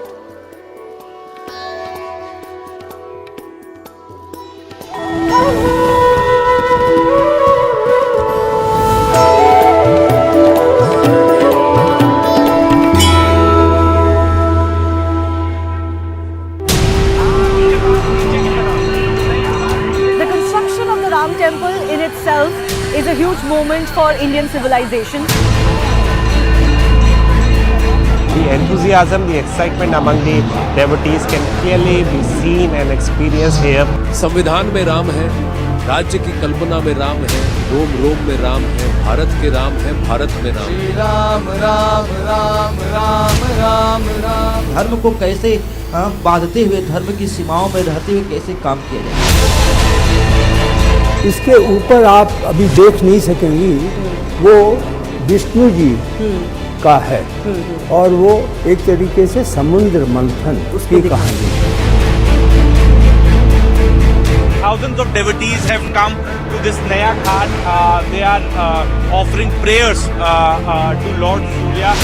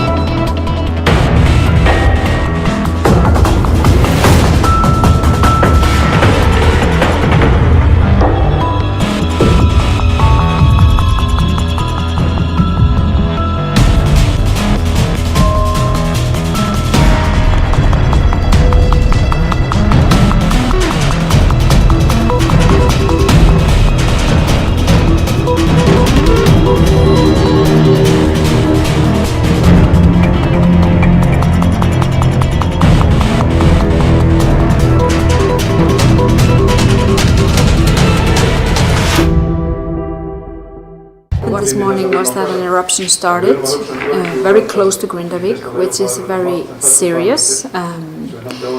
We have been following the development of the rupture since, and actually the barriers that we have been building, even though they are not finished, we have seen that they are actually providing some protection for the town, so the lava has...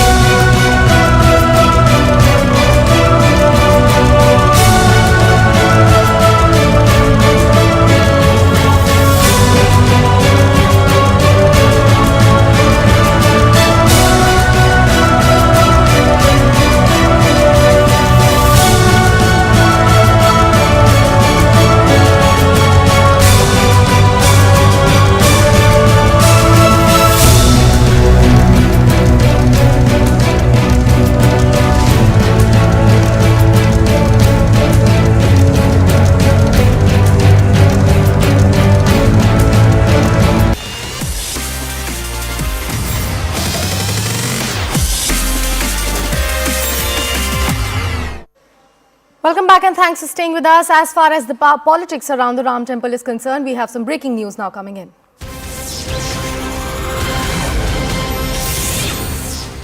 We are learning that the Congress MP Digvijay Singh has taken a jibe on the BJP yet another time. He has said that Congress never opposed the construction of Ram Mandir in Ayodhya, but BJP's sole motto was to demolish the mosque and not build the temple. Because until the mosque was demolished, the issue of Hindu-Muslim never came into the picture. Now the destruction is in their behavior and character. This is the word coming in straight from Digvijay Singh attacking the Ram Temple and BJP specifically. Now Congress's Udit Raj actually demanded account of how much donation and expenditure has been made till now in Ram Janmabhoomi Trust on the website.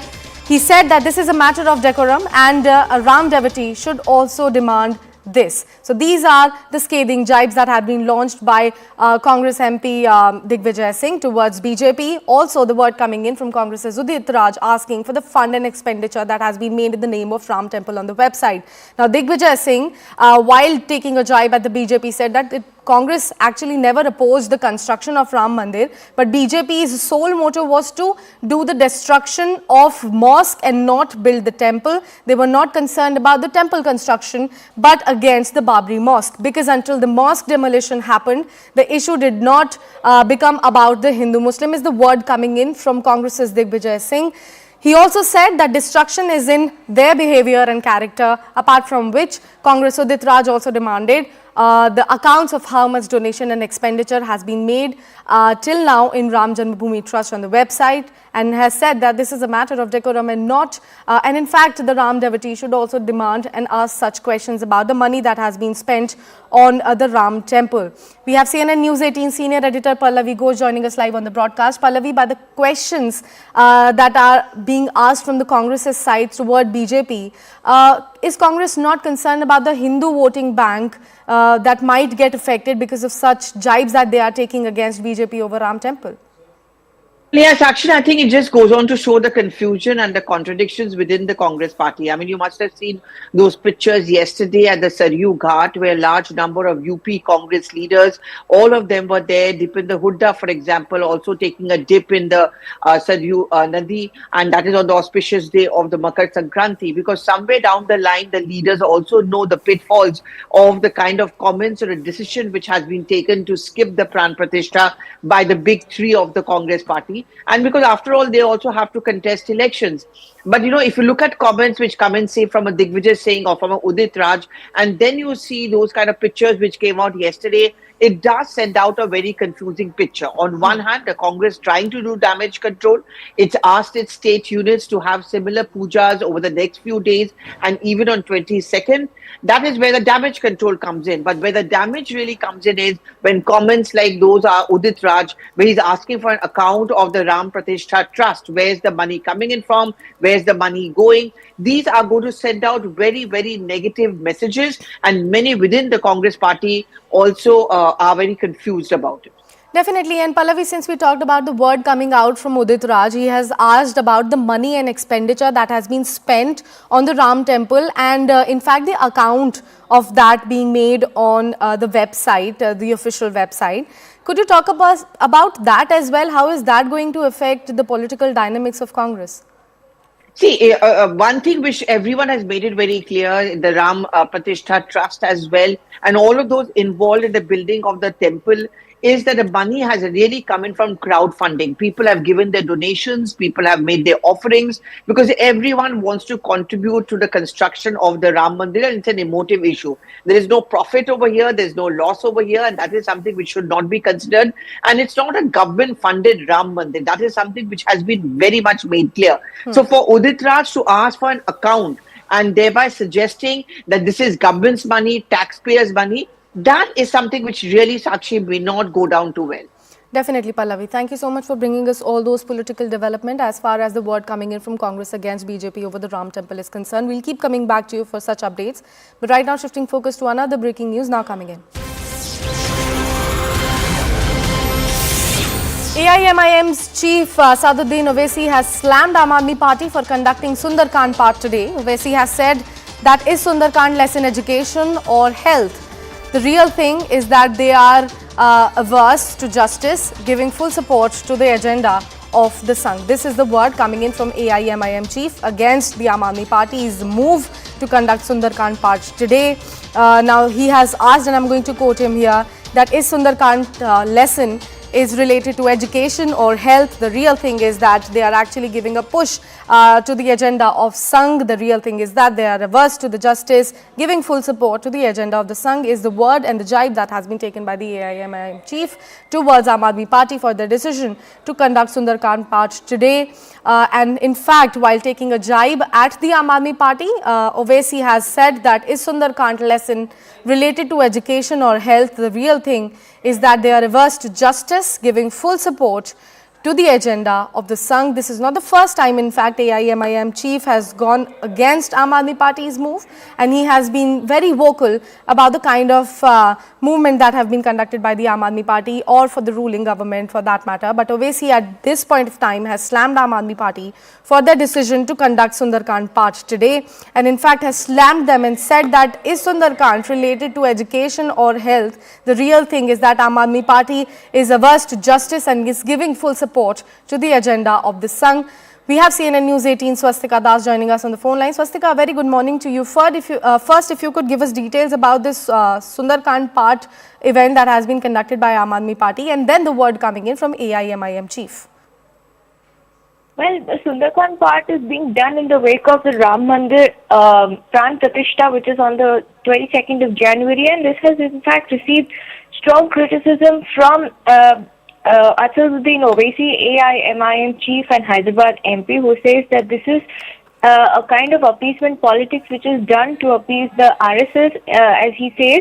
And he's also said that this also goes on to show that when Bilkis Banu case was happening and when the High Court, Gujarat High Court then, in an earlier judgment had acquitted all the convicts, now the Aam Aadmi Party and in fact the RSS were not involved in it, saying they only delve into the matters related to education and health.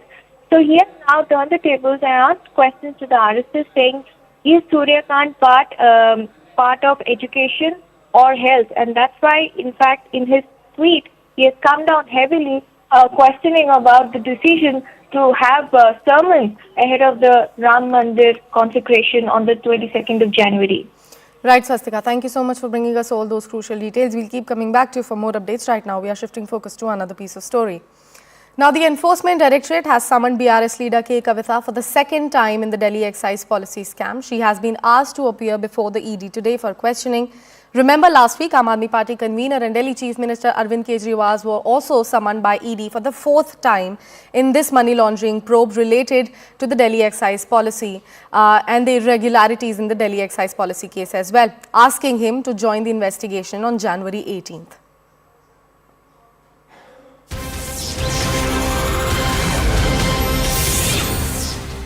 And since we were talking about the second summon that has been issued towards BRS K. Kavitha, we are learning that she is unlikely to appear before the ED in Delhi excise policy case. The summon was for today. This is the second time she has been summoned for the probe. Remember, the Aam Aadmi Party convener and Delhi Chief Minister was also summoned by the ED for the fourth time in the money laundering probe related to the irregularities in the Delhi excise policy case, asking him to join the investigation on January 18. But the big breaking news of the hour is that BRS K. Kavitha, who was summoned for the second time in this particular case, is unlikely to appear before the ED in this particular case. We have Swastika, who continues to stay with us on the phone line. Swastika, she's unlikely to appear before the ED today for the second summon, but if you could bring us details about the first summoning and what highlights do we have from that one? Word coming out by our sources is that K. Kavitha won't be deposing before the Enforcement Directorate in Delhi today. He has in fact written back to the ED saying that the notice given to her was given on a short time frame, and that's why she won't be able to attend, and also citing that there is a Supreme Court case that is currently underway. In fact, the matter was adjourned, and K. Kavitha therefore has cited that the ED cannot summon her in this case. This is what we are learning via sources. But talking about the case in itself, remember, she was questioned thrice in this particular case last year. The allegation against her is that... Can you hear me? Yes, Swastika, please continue. So the allegation against her is that she was the leader of this so-called South cartel involved in dialing down the Delhi excise policy to earn money through that entire fund, almost to the tune of 100 crores is what is being said in the charge sheet. And remember, last year she was in fact confronted, and when she deposed before the ED, she was confronted with statements made by a Hyderabad-based businessman and accused in the case, Ramchandran Pillai, in fact, who was sharing close ties with her along with other accused in the case. Kavitha, as of now, remember, is linked to the liquor cartel and is accused of paying kickbacks amounting to about 100 crores to the Aam Aadmi Party. All of that is under the purview of investigation. But yes, Kavitha has in fact decided to skip the summons in this case. Remains to be seen what next step the Enforcement Directorate takes, whether they have agreed to her plea or not. Definitely, Swastika. Thank you so much for walking us through all those crucial details about this particular case, as well as the second summon that has been issued towards K. Kavitha and her unlikely to appear before the ED in Delhi today. Thank you so much, and we'll keep coming back to you for more updates on that. Right now, it's time to slip into a very short commercial break. Stay with us. We'll be right back.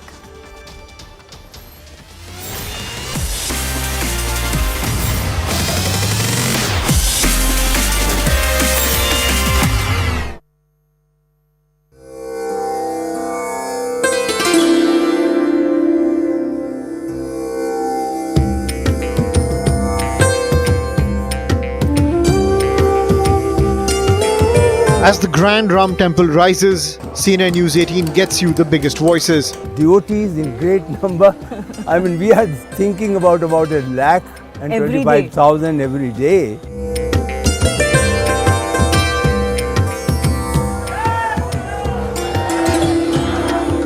From temple vision to execution. एक अनोखी शैली में बनाने की कोशिश की है।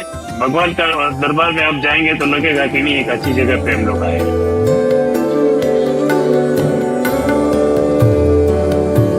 From objections to obeisance, Ram ji प्रतिष्ठित होंगे तो राम राज्य का मार्ग भी प्रशस्त होगा।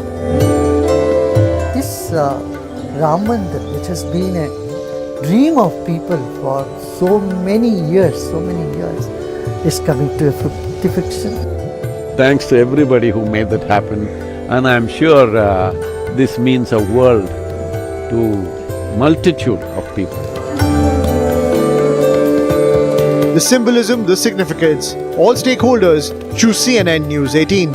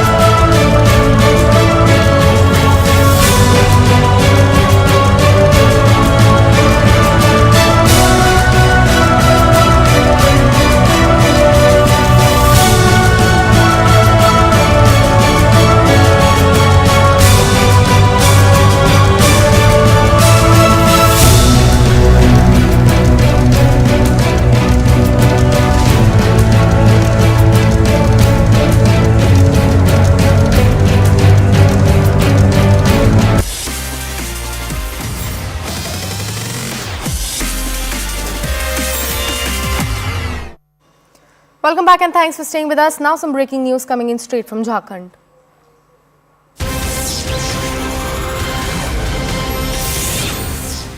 We are learning that sources close to Hemant Soren, Jharkhand Chief Minister, have told CNN News 18 that he, in his response to ED's 8th summons, has given the date of 20th January. Soren, in his letter, has agreed to answer ED on the said date and at the Chief Minister's residence as well. So this is the big breaking news of this segment, that Jharkhand Chief Minister Hemant Soren has agreed to appear before the ED in the 8th summons against him on 20th of January. Apart from that, we are learning that some of the conditions that he has put forth in his letter to ED, he said that he will give answers on the said date and at the Chief Minister's residence. We have CNN News 18's Saurabh joining us on the phone line. Saurabh, a very good morning to you. Could you bring us more details about the word that we have received from the sources about the letter that has been sent out from Hemant Soren towards ED? So actually what we have learned from a very close aide of Hemant Soren is that when the 8th summons that had come in the last week, Hemant Soren had replied to the summon through an official. It was sent day before yesterday to the ED officials, and that in that particular letter it was written that he has agreed for answering the ED's question, and that will be done on and he's ready for answering questions on 20th of January at CM residence is what that was written in the letter. Remember, the first summon that was served by ED to Hemant Soren was on 14th August, and after that 8 ED summons were sent to him. He did not give any kind of reply because in those summons nothing was mentioned about the questioning of what kind of questions and on what basis the summons are being served. But in the 8th summon, the ED had mentioned that what were the reasons that there was a need to call Hemant Soren for questioning, and giving reply to that particular question, Hemant Soren had agreed after 8th summon that he is going to answer those questions on 20th of January at his residence, is what we are learning from our sources. Thank you so much, Saurabh, for bringing us all those crucial details. We'll keep coming back to you for more updates on that story.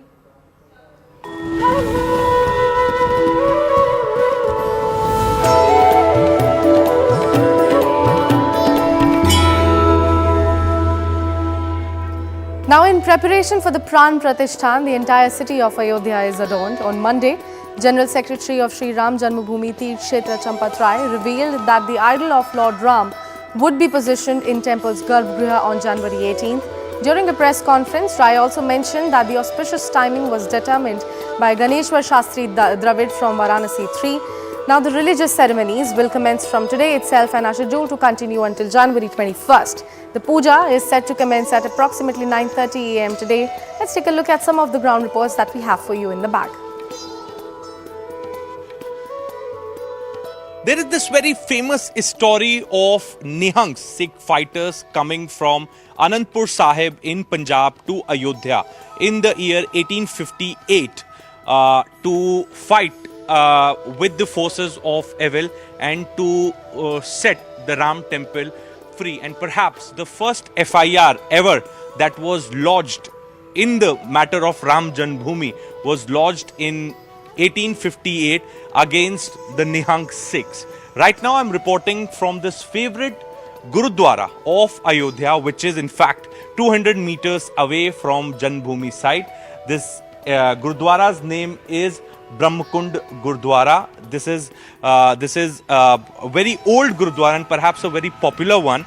And this Gurudwara has played a very important role in this entire Andolan of Ram Janmabhoomi, not just in 92, but even before that, as I was pointing out, that the 3 Sikh Gurus who were the followers of Lord Rama did pay visit to Ayodhya, and they did come to this site. So this site is the holy site where we are reporting from.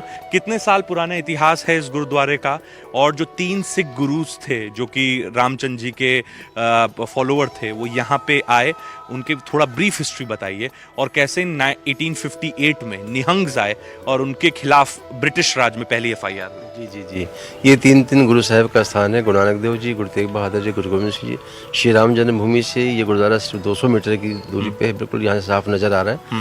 और श्री राम जन्मभूमि अयोध्या को मुख्य रख के गुरु महाराज जी, तीनों गुरु साहब यहाँ पे आए हैं। जब यहाँ पे आए तो अपनी यात्रा के अयोध्या के दौरान श्री राम जन्मभूमि दर्शन करने भी गए, गुरु नानक देव जी, गुरु गोविंद सिंह जी गए।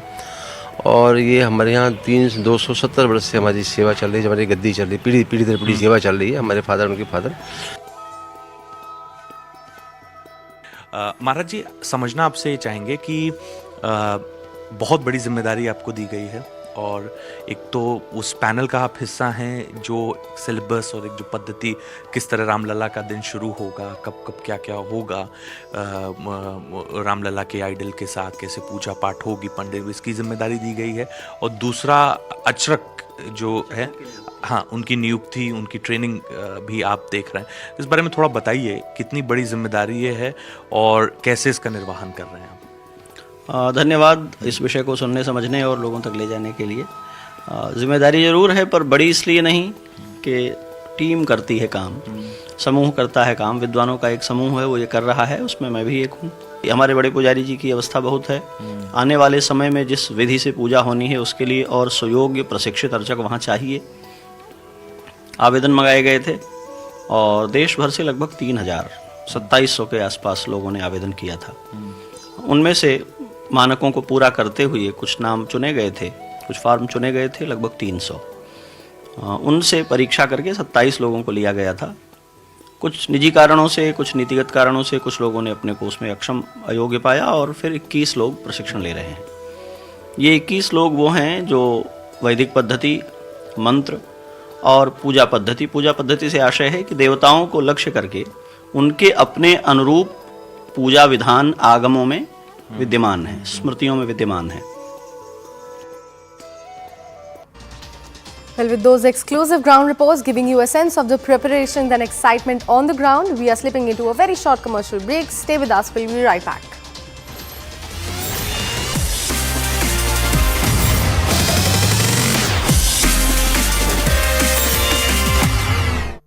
Pooja, you left the...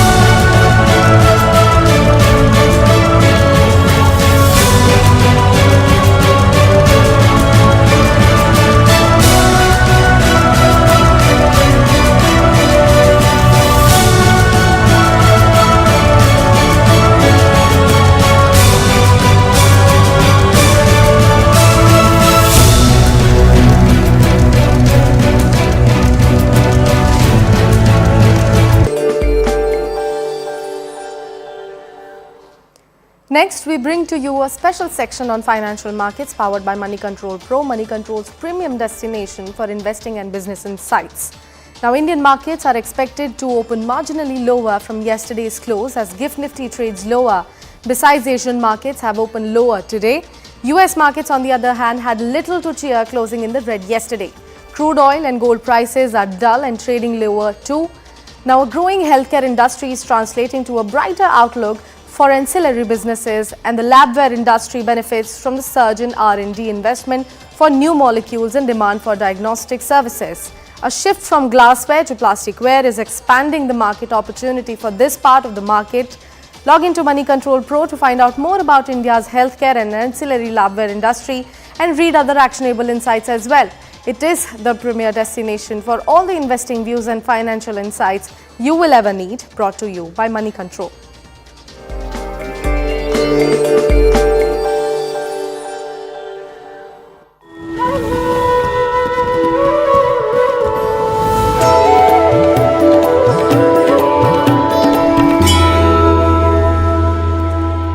Welcome again. You're watching the morning news show on CNN News 18. It's almost 9 a.m. I am Sakshi Singh Litoria here to walk you through all the latest stories and developments from the nation and across the globe over the next 60 minutes. Well, our prime story continues to remain the preparation and politics around the Ram temple. In preparation for the Pran Pratishtha, the entire city of Ayodhya is adorned. On Monday, General Secretary of Shri Ram Janmabhoomi Teerth, Kshetra revealed that the idol of Lord Ram would be positioned in the temple's Griha on January 18th. And during a press conference also, he mentioned that the auspicious timing was determined by Ganeshwar Shasi Dravid from Varanasi. The religious ceremonies will commence from today itself and are scheduled to continue until January 21st. The puja is set to commence at approximately 9:30 a.m. Let's take a look at some of the ground reports that we have in back for you.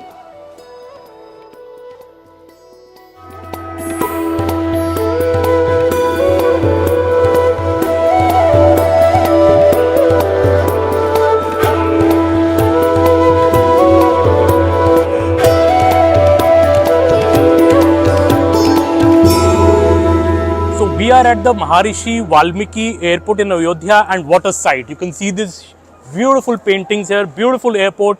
We are on an Indigo flight which has come from Delhi, which was a packed flight today. And passengers, in fact, speaking on the flight about what a divine experience it is for them to fly to Ayodhya.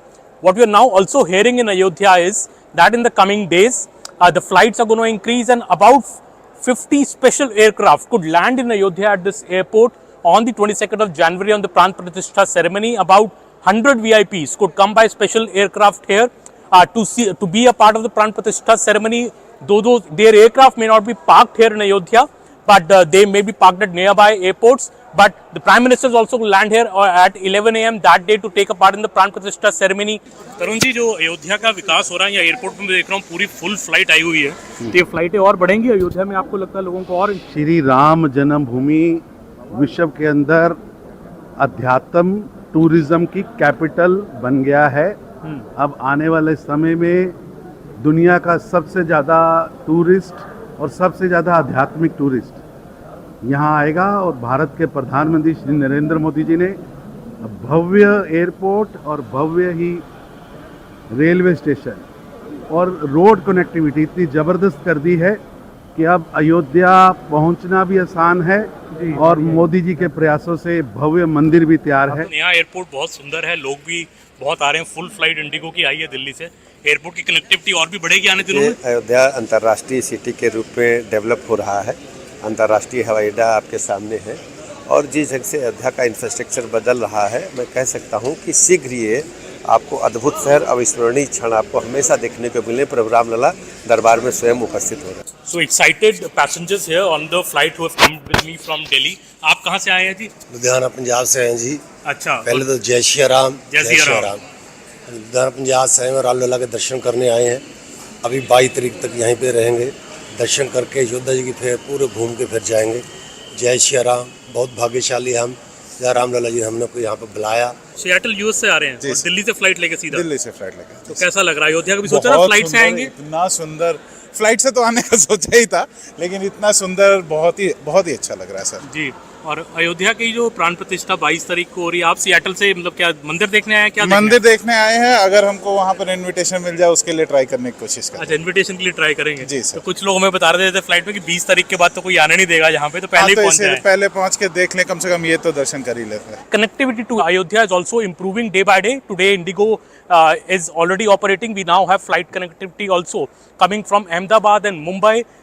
From tomorrow, the Air India Express on 16 January is going to launch its flights from Delhi, Bangalore, Calcutta, Kolkata. All these metros could soon be connected to Ayodhya. The flight connectivity is up, and so is the rush here at the Ayodhya airport. I in fact have come on a fully packed flight, and you can see here at the Ayodhya Maharshi Valmiki airport, the airport, even just one flight which has come from Delhi today was completely packed. A lot of enthusiasm amongst the people to come to Ayodhya. Many are excited to see the new temple, and many want to come here before the 20th of January, because they told me that after 20th January the entry could be stopped for outsiders. So everybody wants to come to Ayodhya before 20th January, maybe get a glimpse of the grand Ram temple.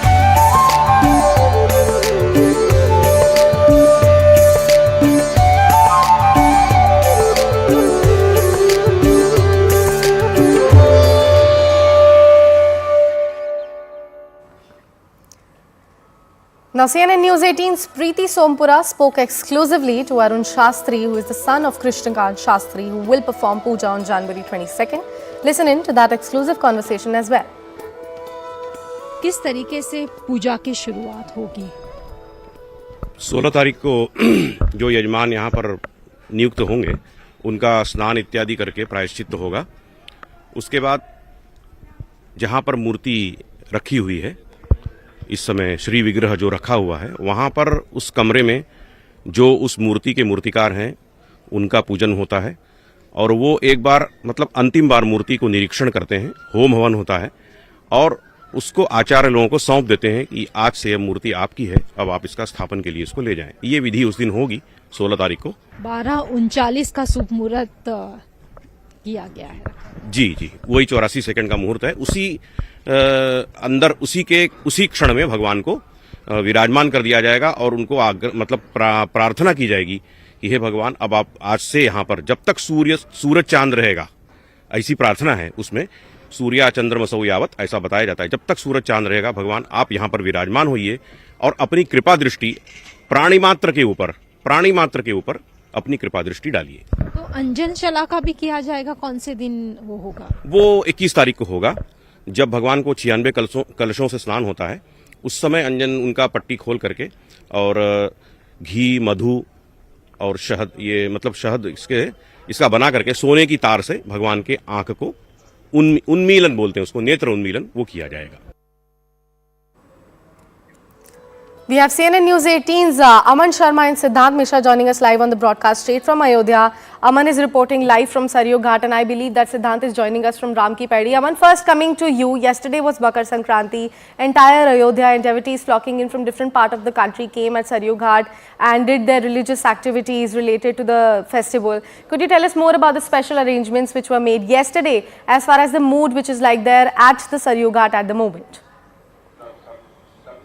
Well, the mood is very festive. As the people here say, the mood is very Rammay, and you can in front of me, see these beautiful paintings and these hand-made paintings which have come up here right alongside the Saryu at the Ram Ki Paudi. And this is the atmosphere here. People and lots of people we saw yesterday on Makar Sankranti here, and today as well, even on a cold, foggy morning, we can see people coming in, and people want to come before the 20th, because they feel that after the 20th, the access may become a problem. So people want to come to Ayodhya before the 20th and, pay obeisance to Lord Ram. And as we all know, the Pran Pratishtha ceremony also has begun today. The rituals begin today in the afternoon, and they will carry on till the 21st. Various kinds of rituals will be done. After that, on the 22nd, Mr. Champatrai gave us this information that on 22nd, there will be nearly a 2-hour long program which starts at about 12 at noon. And, the Prime Minister will be here, the RSS Chief, Mr. Mohan Bhagwat, UP Chief Minister, Mr. Yogi Adityanath.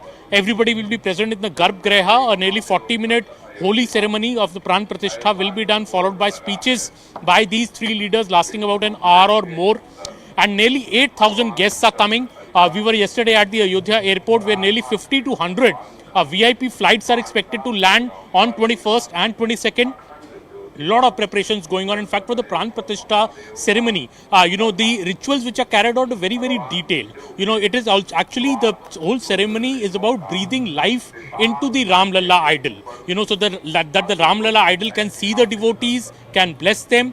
Also, very interesting details from Mr. Champat Rai yesterday, that the old deity, the old idol which has been worshipped since 1950 will also be placed in the Garbhagriha along with the new idol which is made by Arun Yogiraj, which is a 51-inch tall 5-year-old depiction of Ram Lalla, made in black stone. That is a standing structure. So both these idols will be placed in the Garbhagriha of the Ram temple that day on 22nd. And if I would like to take you to know this young girl who's doing these beautiful paintings, in fact people coming here voluntarily and doing these paintings. आप ये painting बना रही हैं, कब से बना रही हैं और किस भाव से बना रही हैं? रामचंद्र के देखे लांबे कल भेले जियरा, रामचंद्र के देखे लांबे कल भेले जियरा। राम लला को देखने के लिए मेरा जिया बेकल भल है, हम वेट नहीं कर पा रहे उनको, तो हर कोई अपना अपना श्रद्धा से उनको मनाने का प्रयास कर रहा है। ये कला उनका दिया हुआ है और इस कला से हम उनको मनाने का प्रयास कर रहे हैं। हम इस युग तो नहीं हैं कि उनको मनाएं, फिर भी मना रहे हैं कि शायद वो मान जाए। मेरे लिए जो उनका भाव है वही पेंटिंग के रूप में निकल के आ रहा है। जो हम सोच रहे हैं, जो उनके लिए फील कर रहे हैं, वही मेरे ब्रश के द्वारा आपको कैनवस पे दिख रहा है। मेरा नाम निशा कुमारी है, हम बिहार दरभंगा से आए हैं, मिथिलांचल के हैं और राम जी को बचपन से चित्रण करते आए हैं। और बस मतलब इस क्षण इस सरजू नदी पे सरजू के पानी से कलर जैसे भगवान बनता है, बॉडी बनता है, सेल बनता है, वैसे ही जो अभी एक एक पार्ट बन रहा है, सरजू नदी का जल का प्रयोग हो रहा है और मेरा भाव दोनों मिलकर राम बन रहा है। हम यही आशा कर रहे हैं कि राम लला मेरे पेंटिंग में विराजमान हो और आए। Beautiful, beautiful. This girl has come from Darbhanga, all the way from Darbhanga, making this beautiful Ram painting. And if you go around Ayodhya, if you go around Saryu Ghat, the Ram ki Pedi, you can see many people, doing this voluntary devotion towards Lord Ram. This, as I said, the Rammay atmosphere of Ayodhya is very much to see. We can see flags being sold here. Almost every vehicle has a Lord Ram flag now. So that is the feeling in Ayodhya, and I think in the coming days to come, in the next 3 or 4 days in the build-up to January 22nd, we will see much more, devotional activities here. And already on the banks of River Saryu, we can see the atmosphere today is very, very devotional because the Pran Pratishtha ceremony begins today. Definitely, Aman, some very beautiful visuals coming out straight from the Saryu Ghat, some beautiful rangolis and paintings done by the devotees. Now coming back to you, Siddhant, thank you so much for waiting patiently for us. What's special there at Ram Ki Pedi? Tell us more about the moods like there at Ram Ki Pedi. Well, it's a chilly winter morning, Sakshi, and in fact we can expect the devotees to come out in some time from now. What we have been told by the people, those who from the trust, is that around 9:30 the preparations are going to start, and today is a day of Prayashchit Sanskar. Prayashchit Sanskar is a sanskar in which the pujaris request Lord Rama to accept the idol which will be installed in the temple, and they also ask for the forgiveness, as nobody can make the exact idol or depiction of God. So this particular ceremony is the start of the Pran Pratishtha, because in the start only you ask for the forgiveness, that whatever has been made, kindly accept it, and this is a beautiful sanskar which is followed at the time of the start of Pran Pratishtha. And since the ceremony is going to last for 7 days, today on 16th of January, the day will start with the Prayashchit Sanskar, then followed by other Sanskars, and in fact day after tomorrow we have been told, Sakshi, that Ram Lalla will also be given tour of the Ayodhya city, because that is also a part of Sanskar. Now Pran Pratishtha happening on such a large scale, maybe happening for the first time in the independent India, and perhaps so much of media glare and you know and so much of excitement within the people. And this is perhaps the reason that the temple trust is making sure that everything goes as per the plans. In fact, there is a panel which has been made by the temple to decide the syllabus of or the procedures that how puja will take place inside the temple on a daily basis. So for that also the syllabus is being written. The new archaks are also being trained. The new pujaris are also being trained, because since it's going to be the grand Ram temple, it will require more pujaris. It will have temples of Araj of Lord Rama. It will also have temple of Lord Hanuman and various other deities, and for that more pujaris archaks are required. Even that particular training is also going on. And on 22nd, as we have been reporting, that Prime Minister Modi will be here in Ayodhya for the Pran Pratishtha ceremony, and that is going to be a very beautiful sanskar where Prime Minister will put kajal to Lord Rama using golden tool, and then also he will open the blindfold. He'll also show mirror to the Lord Rama. So all this procedures will be followed, and this is how you keep make the idol alive, and that is what Pran Pratishthan is all about. Definitely. Siddhant and Aman, will request you to please stay with us on the broadcast. We'll keep coming back to you. But since we were talking about the dhatu which has been used to prepare the Lord Ram's idol, let's also talk and give you a glimpse about India in Ram Mandir, the amalgamation of materials that have come in from across the country to build this grand Ram temple. Let's talk about the material that has come in from Rajasthan. The pink and red sandstone has come in from Rajasthan. The white marble, of course, which Rajasthan is actually famous from.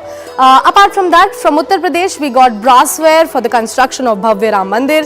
Apart from that, from Madhya Pradesh, the flooring materials and marble processing also came in. Odisha gave us sandstone carving and sculptors. Apart from that, Gujarat gave us the flag pillars. From Maharashtra, teak wood, gold and gold detailing as well came from Maharashtra. Apart from that, let's talk about the things that have come in from Telangana. The granite doors, Charan Padukas of Ram Lalla have come in from Telangana straight. And Andhra Pradesh has given us woodworks. From Tamil Nadu as well, we got woodworkers and bells that are going to be there at the Bhavya Ram temple. Karnataka gave us granite for the construction of this Bhavya Ram temple. And as I said before, there is going to be an amalgamation of entire India that you will see at the Ram temple. Going back to our reporters who are currently giving us live reports straight from the ground. Aman, first coming to you, since you were talking about how the participation will become a problem from 20th January onwards, just for the better perspective of our viewers, could you tell our viewers how exactly can they participate in the Pran Pratishthan ceremony? Is there any registration procedure that is being going on? See, after the 20th, obviously, whoever is only invited for the ceremony will be allowed into the inner circle of Ayodhya. There are about 8,000 guests who have been invited for the Pran Pratishthan ceremony on January 22nd. This includes, a number of people, various saints, nearly 4,000 of them are saints. There are others, VIPs. There are obviously other invitees from all walks of life have been invited by the Ram Temple Trust here. The program that we are learning is that the Prime Minister is expected to arrive in Ayodhya at around 11 a.m. He will then be flying in a chopper to nearby the Ram Temple, Saket Vidyalaya, and from there the Prime Minister will be entering the premises of the Ram Temple, where already all the guests will have to be present inside the Ram Temple premises by 10:30 a.m. So we'll have a series of VIP flights coming to Ayodhya on January 21st and January 22nd. Also a number of other flights have started. Till now only Indigo was flying to Ayodhya from Delhi and Mumbai yesterday. Now we also have Air India Express joining the the flight bandwagon to Ayodhya, and a lot of interest in, I came on yesterday on a packed flight from Delhi, so people coming in big numbers, and obviously people are also trying that if they can be invited somehow to the January 22nd function, people are going to the trustees, going to the VHP Karyashala here, trying to tell people to give them also the invites, but obviously it's a invite-only ceremony, only 8,000 people can be accommodated in the entire area. What we are also hearing that the Pran Pratishtha, the actual ceremony, will last about 40 to 45 minutes, in which 5 people, including the Prime Minister, the RSS Chief, Mr. Mohan Bhagwat, the UP Chief Minister, UP Governor, Mandir Ayodhya, are expected to be present inside the Garbhagriha along with the priests. After that 45-minute ceremony, during which the Pran Pratishtha will be done, there will be speeches by the Prime Minister, by Mr. Mohan Bhagwat, as well as the UP Chief Minister, which should last another 60 to 75 minutes. So about a 2-hour-long program is scheduled that day, after which every, the present person who's been invited will have a chance to see the new Ram Lalla idol, which is said to be 51 inches tall, about 150 kgs in weight, a 5-year-old Bal Swaroop of Lord Ram in black stone. Beautifully, we are hearing that the clothes which have been designed for Lord Ram Lalla are, embedded with gold and diamonds. Will be a beautiful clothes have been designed, and what the trustees have told me that the Ram Lalla idol is like nothing like ever seen before. It's a beautiful idol made by Arun Yogiraj of Karnataka.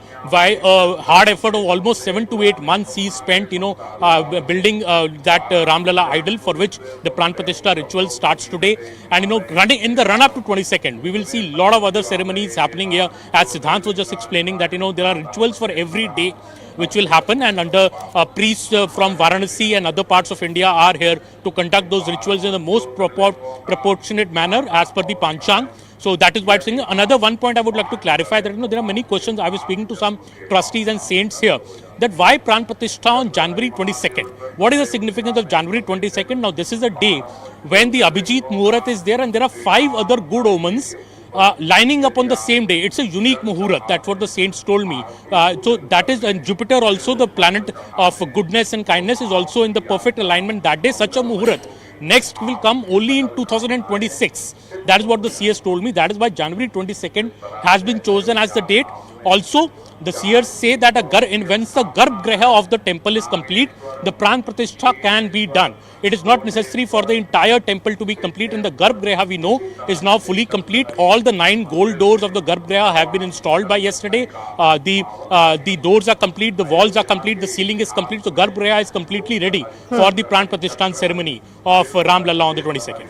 Definitely, Aman. You gave out some really crucial updates as far as the construction of the Garbhagriha of the temple is concerned. Please stay with us. I'll request Siddhant also to stay with us as well. We'll keep coming back to you for more updates as far as the development of the Ram temple goes. But right now, let's CNN News 18 actually give a glimpse and talk about the special features of the Bhavya Ram temple to our viewers.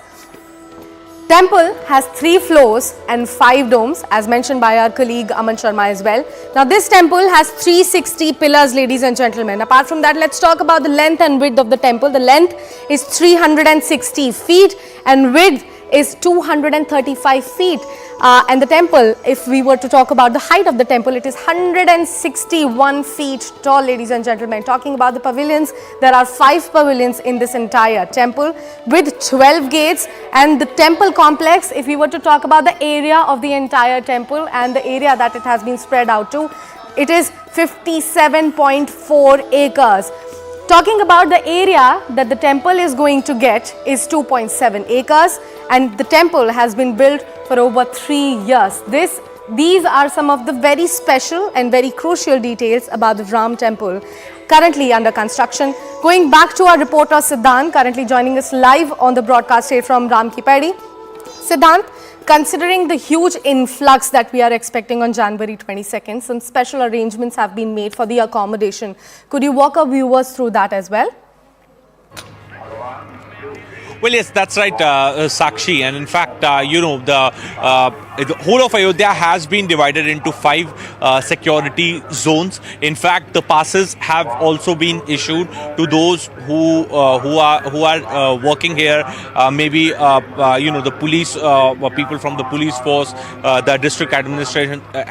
They all have been issued passes. In fact, 3 tent cities have also been made for the accommodation of people from Sadhu Parampara. Now, in fact, more than 150 Sadhu Paramparas are going to people from Sadhu Parampara are going to participate in the Pran Pratishtha. So a separate arrangement has been made for them. Then there are special invitees, VVIPs. So the list is long. In fact, there is a team of 100 people which has decided the names of those who are going to get the invite for the Pran Pratishtha. In total, 8,000 people have been given this invite in India and in fact outside India. In fact, many of them, those who have got the invite, they may not be able to come on the occasion of Pran Pratishtha, on the day of Pran Pratishtha, but then maybe in next few days they will get to seek the darshan of Ram Lalla.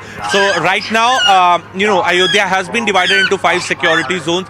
The lodges, hotels, the temporary setups have also been made. There is one central control room which has been formed to sort of coordinate, do proper coordination amongst the multiple agencies right now working in Ayodhya. So such are the arrangements here on ground. In fact, we can expect Chief Minister of Uttar Pradesh Yogi Adityanath to visit Ayodhya ahead of the visit of Prime Minister Modi to review the works that are being done, because in a lot of places the final touch is being given to the roads and to in fact the developmental works that are happening in Ayodhya. So we can expect Chief Minister of Uttar Pradesh Yogi Adityanath to visit Ayodhya before the Prime Minister's arrival for the Pran Pratishtha. Back to you.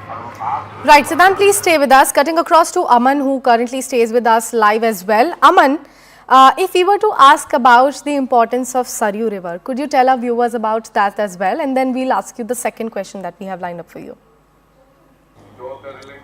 Well, Sakshi, if you know the Saryu River, I have been to Ayodhya many times. I remember coming here about a decade ago. And the Saryu River was, a picture of neglect. It was not seen as a very holy, there were no ceremonies, there was no puja alongside the Saryu done like we see in Varanasi. All that has changed since Yogi Adityanath became the Chief Minister of Uttar Pradesh in 2017. And we saw, as I would say, this complete Kaya Kalpa of the Saryu River. Behind me, you can see this is the new channel for the Saryu River, which was built right now here at Ram Ki Pedi. This happened a few years back. So, this channel was built where, you can see this calm waters of Saryu right alongside the Ram Ki Pedi. And this is the area which has become beautiful. You can see there is a light and sound show which happens here every evening. A lot of people come here, to see the Saryu, and the main river is just behind us. But, this is the new channel which was built. This has become like Haridwar's, Ram Ki Pedi, where people come and, can have a bath, can just sit alongside the Saryu to build a more divine atmosphere of Ayodhya. This is what happened. And Saryu became, since I think Yogi Adityanath became the Chief Minister, this regional rejuvenation of Saryu River has happened. And that is the significance of this river. Today, when we see the Pran Pratishtha ceremony also beginning, the rituals beginning, Siddhant was just telling us that water will also be taken from the Saryu River. And for this Pran Pratishtha ritual, water has in fact come from various parts of India, from various rivers, from the Mandakini, from various other glaciers, from Kedarnath. The water has come for this Pran Pratishtha ceremony, rituals which began today. But Saryu has a special significance in Ayodhya, and today it's a change picture that we see of the Saryu River and the kind of development which has happened here over the years. I could see these beautiful boats in the Saryu today. People want to come here, take a dip in the Saryu, also take a round of the Saryu River, around Ayodhya. So the picture has changed, and that is what I think has been a big change coming. And with the Pran Pratishtha of Ayodhya now happening, with a number of tourists, and Mr. Tarun Chugh and Mr. Brajesh Pathak, UP Deputy Chief Minister, yesterday told me that this will become the global destination for tourists, a global spiritual destination, the #1 destination, and that is why I think the new airport, the new railway station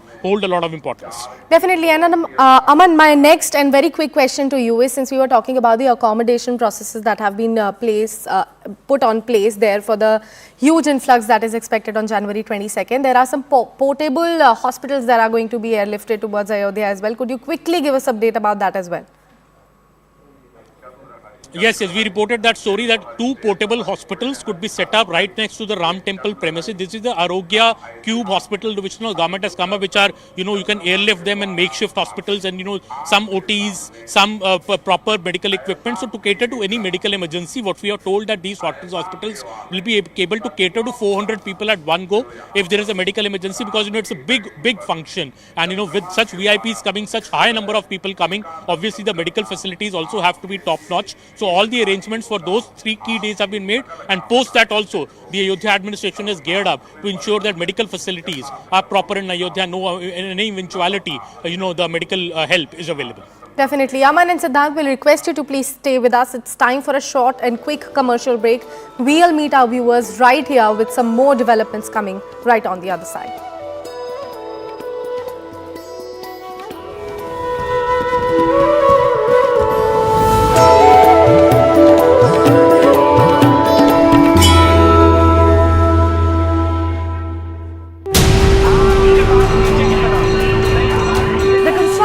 Ram temple in itself is a huge moment for Indian civilization.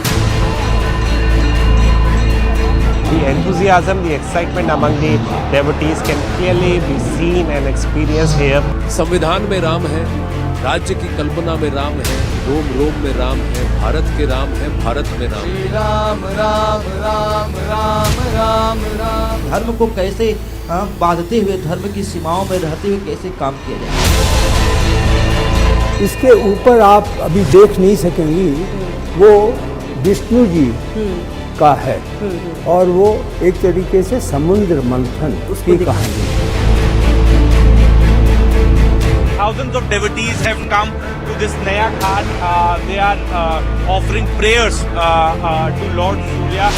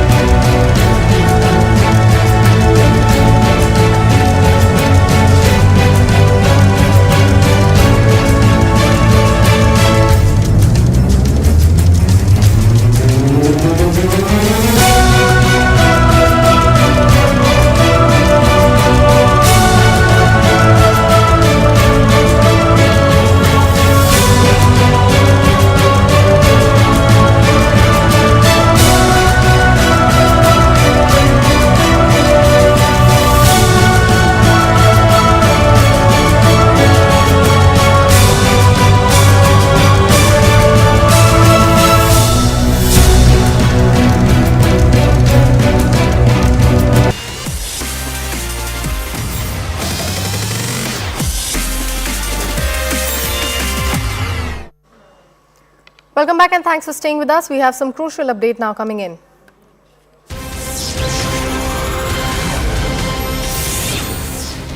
We are learning that a joint team of ED, CBI and NIA is leaving for UK in a short while from now to discuss all the pending issues under the MLAT. Now, sources have told CNN News 18 that this is pending extradition of Sanjay Bhandari, Vijay Mallya, Nirav Modi are going to be on the top of the list of the agenda of the Indian team. Sources have also told CNN News 18 that NIA also wishes to focus on the evidence sharing on the Khalistan issue. We'll bring you more details as and when we receive them, but right now this is the big update of the hour that we are learning that a joint team of ED, CBI and NIA is leaving shortly for UK to discuss all the pending issues under the MLAT. Sources have also told CNN News 18 that the pending extradition of Sanjay Bhandari, Vijay Mallya and Nirav Modi are on top of the agenda of Indian team. Sources went on to speak to CNN News 18 and disclose that NIA also wishes to focus on evidence sharing on the Khalistan issue. These are some of the topics that are going to be at the top of the list as far as the joint team of ED, CBI and NIA visiting to UK for the pending issues under the MLAT is concerned. This is the crucial update that the pending extradition of Sanjay Bhandari, Vijay Mallya, Nirav Modi are on the top of the list as far as the agenda of the Indian team is concerned. Sources have also told CNN News 18 that all NIA also want to focus on the evidence sharing on the Khalistan issue. We have CNN News 18's Arunima joining us on the phone line. Arunima, a very good morning to you. What more details do we have about the topics that might come up on the table? See, this is a mutual legal assistance treaty framework, meeting that is supposed to have happened between the Indian and the British side. Ministry of External Affairs is leading this team, which will have representatives from the Enforcement Directorate, from the Central Bureau of Investigation and from the National Investigation Agency. Now, both the ED and the CBI are interested in the economic offenders, in the fugitives of law, Sanjay Bhandari, Vijay Mallya, Nirav Modi. India has successfully produced evidence which has been appreciated by the British court also against all these three fugitives. And now it is hoping that now that the court rulings have come in India's favor, the extradition process will be fast forwarded. So that's the stance with which ED and CBI will present before the UK authorities what India thinks and how it thinks it should UK should proceed. As far as NIA is concerned, we saw the Indian High Commission in London getting attacked. NIA is probing that matter, and there is some cooperation that has already happened between the London police and the NIA, but there's much more that is desired, and I think that's the specific objective with which the NIA team will be there. They would expect the British authorities that because there is a mutual legal assistance treaty, under that framework, there will be more cooperation, more evidence sharing. Definitely, Arunima, and just for the better perspective of our viewers, could you give us more context on this joint team of ED, CBI and NIA leaving for UK as well as the MLAT that we are talking about? MLAT is the Mutual Legal Assistance Treaty. It's a treaty that India and UK has signed. It's a treaty that India is a signatory to with a lot of other countries. It is just a formal framework, formal agreement under which two countries agree that their law enforcement agencies will cooperate with each other. If there is a crime committed in a country A which is of interest to country B, then MLAT provides that framework under which evidence sharing happens.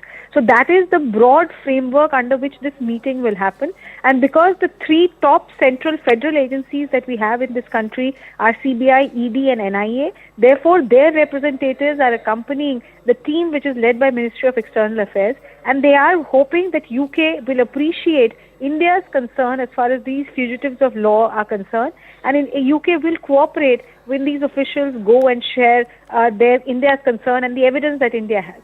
Definitely, Arunima. Thank you so much for walking us through all those crucial details about this news break. We'll keep coming back to you for more updates on that.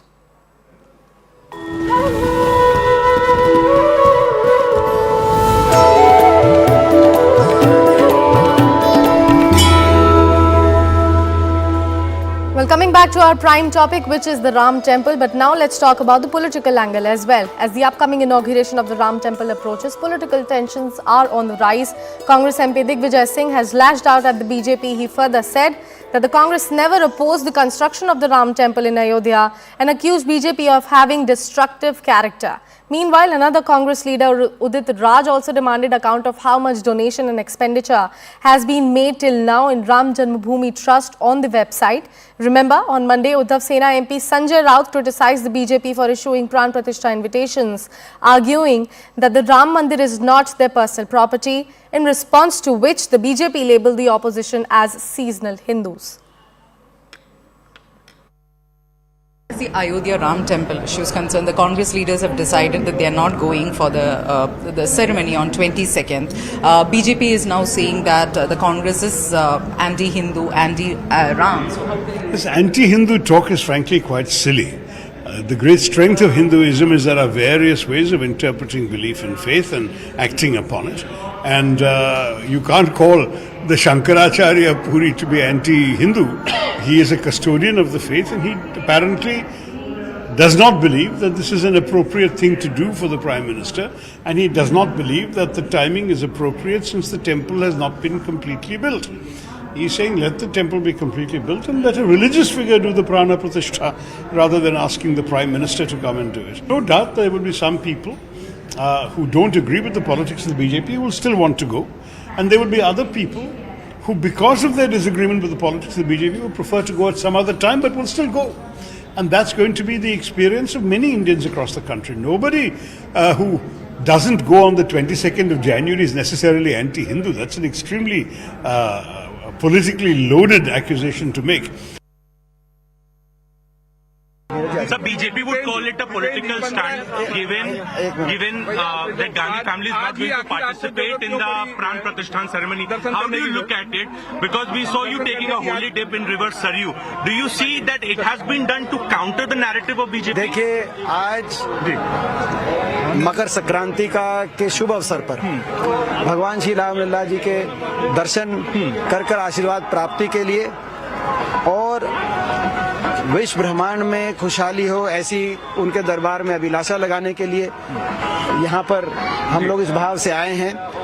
और मैं कोई पहली बार नहीं आया, मैं पिछले वर्ष भी भगवान श्री राम लल्ला जी के दर्शन यहीं पे अयोध्या नगरी में मैंने यहीं पे आके हमने किए थे।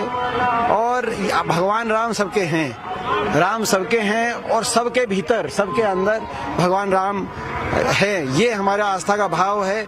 जिस क्षेत्र से मैं आता हूँ वहाँ पर सुबह उठते हैं तो राम राम करते हैं। उस क्षेत्र के अंदर अगर वर्षा होती है तो कहते हैं राम बरस गया। उस क्षेत्र के अंदर कोई नया काम शुरू करते हैं तो कहते हैं लेके राम का नाम। अगर खेती करे तो मजदूर किसान अगर हल चलाए तो लेके राम का नाम, कोई अगर व्यापार करे तो लेके राम का नाम। तो भगवान राम सबके आस्था के प्रतीक हैं। इस भाव से हम लोग यहाँ पे आए हैं। How do you see this visit of the Congress delegation when the senior leadership has said no to as far as participating in the Pran Pratishtha is concerned? The other leaders are here. How do you look at this? See, most of the leaders who are here and a lot of people from the Congress, we keep on visiting Ayodhya time to time. This is not the first time Dipender ji is coming here or Ajay Rai ji is coming here or any other Neta is coming here. So what the Congress leadership has said is that we will not go on a particular political event, but Ramji belongs to everyone, Ayodhya belongs to everyone, and we will go whenever we like. And why not Jai Shri Ram? Why Jai Siya Ram? Jai Siya Ram is the original slogan that's been used in this country since time immemorial. It's been thousands of years since everyone has been saying Jai Siya Ram. When we were kids, we used to hear Jai Siya Ram. So I think that's how. If state level leadership has come, why central leadership is not coming? We have a lot of people from the central leadership. Avinash I'm talking about Gandhi family. I'm talking about Mr. Kharge. They'll also come. Okay. Whenever they feel like it, whenever they want to come, they'll also be visiting. Right now, everybody is involved in the Bharat Jodo Nyaya Yatra, and it's been very important for them to visit Manipur. As we know that Manipur has been burning since the last many months, so I think it was very important that Rahul ji visited Manipur earlier also. Now our entire leadership is in Manipur.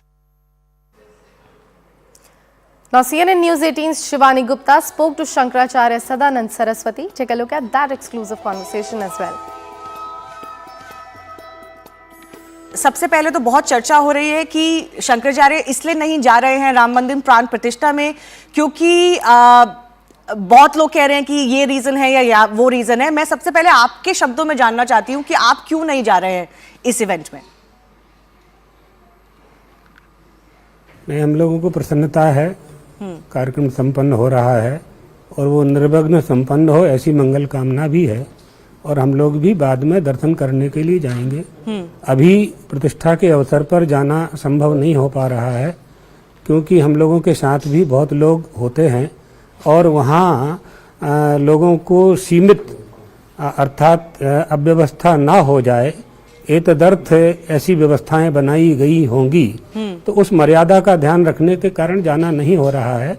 बाकी सभी राम भक्त हैं और हम लोगों को इस विषय में कोई समाज को इस विषय में कोई संदेह नहीं करना चाहिए, बाद में सब जाने वाले ही हैं। जी जी, लेकिन ऐसे भी चर्चा हो रही है कि ये जो पूरी सेरेमनी है ये विधि विधान के हिसाब से नहीं हो रही है, अधूरे मंदिर में प्राण प्रतिष्ठा हो रही है जो लोग मानते हैं कि सही नहीं है। तो क्या ये भी रीजन हो सकता है कि आप नहीं जा रहे हैं?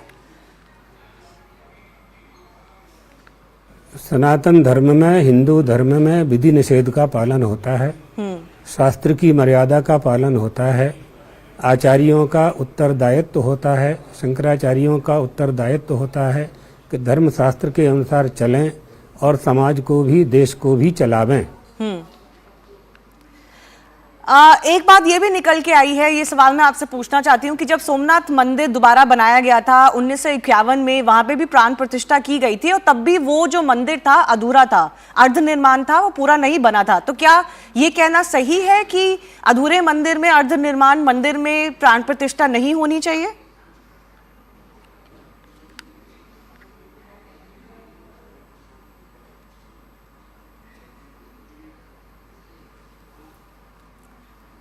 उस समय सरदार वल्लभ भाई पटेल उसमें गए हुए थे जी, और वो अधूरा था कि पूरा था ये तो हमें जानकारी पूरी तरह से नहीं है। आप बता रहे हैं कि अधूरा था वो, लेकिन अब ये इन विषयों पर चर्चा करने का अवसर कहाँ है? संकल्प हो चुका है, अच्छा काम हो रहा है, इसको होने देना चाहिए। जी, और इसी से जुड़ी हुई ये भी बात है कि उस वक्त हमारे देश के जो प्रेसिडेंट थे, राष्ट्रपति थे, वो गए थे, राजेंद्र प्रसाद, जब सोमनाथ में प्राण प्रतिष्ठा हुई थी तो वो उसका हिस्सा बने थे। आज की तारीख में प्रधानमंत्री नरेंद्र मोदी जा रहे हैं, तो क्या ये कोई विवाद का विषय है कि वहां पे प्राइम मिनिस्टर को होना चाहिए या नहीं होना चाहिए? काशी के विद्वानों द्वारा पूरा कार्यक्रम संचालित हो रहा है। धार्मिक अनुष्ठान काशी के और दक्षिण भारत के विद्वानों द्वारा संचालित किए जा रहे हैं। प्रधानमंत्री जी भारत देश के प्रधानमंत्री हैं तो जा सकते हैं, जाना चाहिए। Time for a quick commercial break. Stay with CNN News 18 as we'll come right back with more news and updates right on the other side.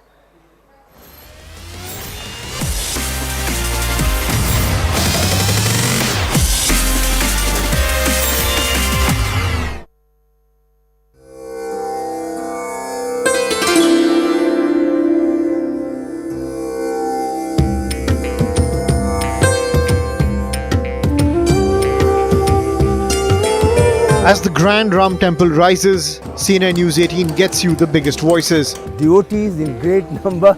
I mean, we are thinking about 1,25,000 every day.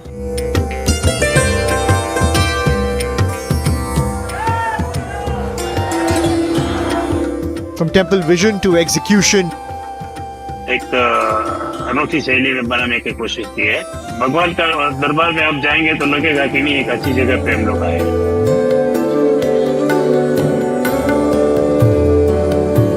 From objections to obeisance. Ram ji प्रतिष्ठित होंगे तो राम राज्य का मार्ग भी प्रशस्त होगा।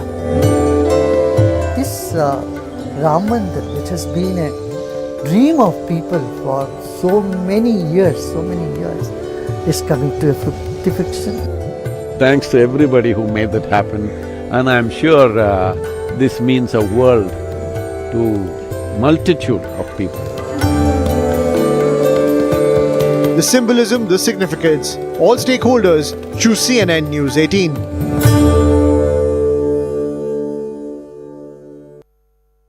Whenever I had ice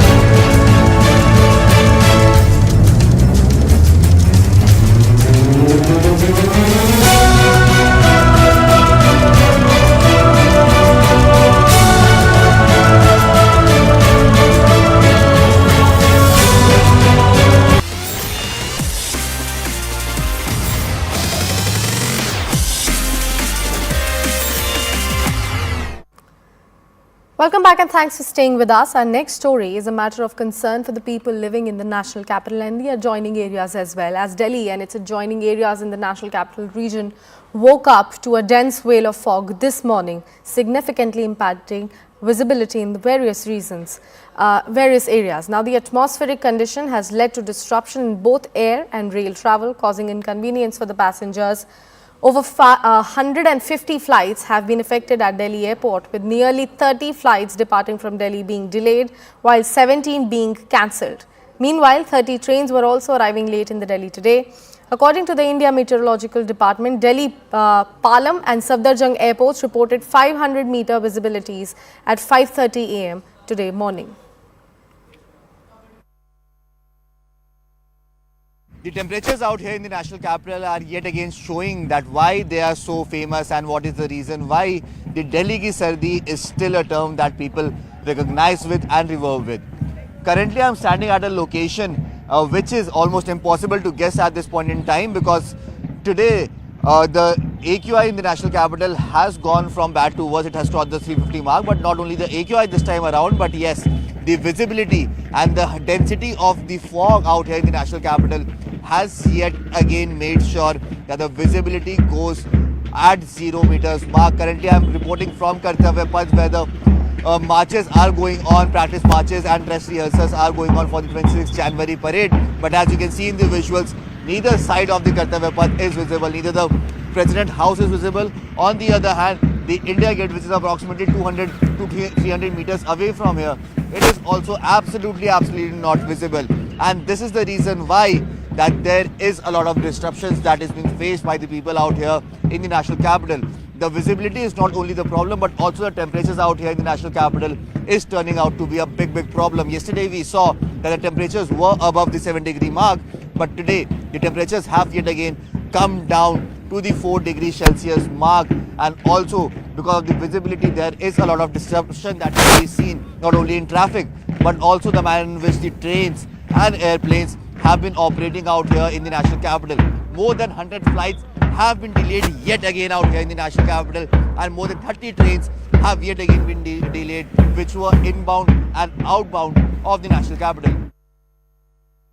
actual में हम अभी जहाँ से आ रहे हैं वहाँ पे धूप बहुत तेज़ है, कड़ाके की धूप पड़ रही है दिन में, और यहाँ आने के बाद में यहाँ तो सर्दी जितनी वहाँ धूप तेज़ है उतनी ज़्यादा यहाँ सर्दी तेज़ है, और कोहरा इतना है कि यहाँ नज़र ही नहीं आ रही, रोड ही नहीं दिख रही है, और इस सर्दी के अंदर ऐसा लग रहा है जैसे बारिश हो गई है, कोहरे के साथ में बारिश भी चल रही है।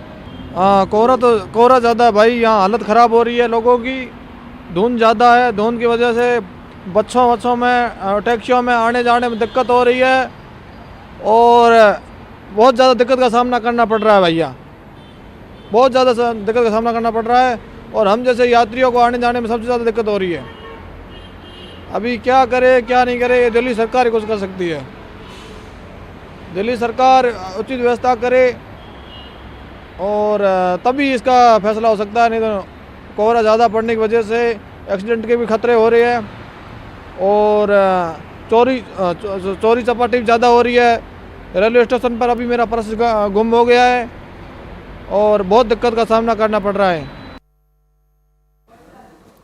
With that, it's a wrap from my side, but stay with CNN News 18 as we'll come right back with more news and updates right on the other side. But for now, thanks for watching.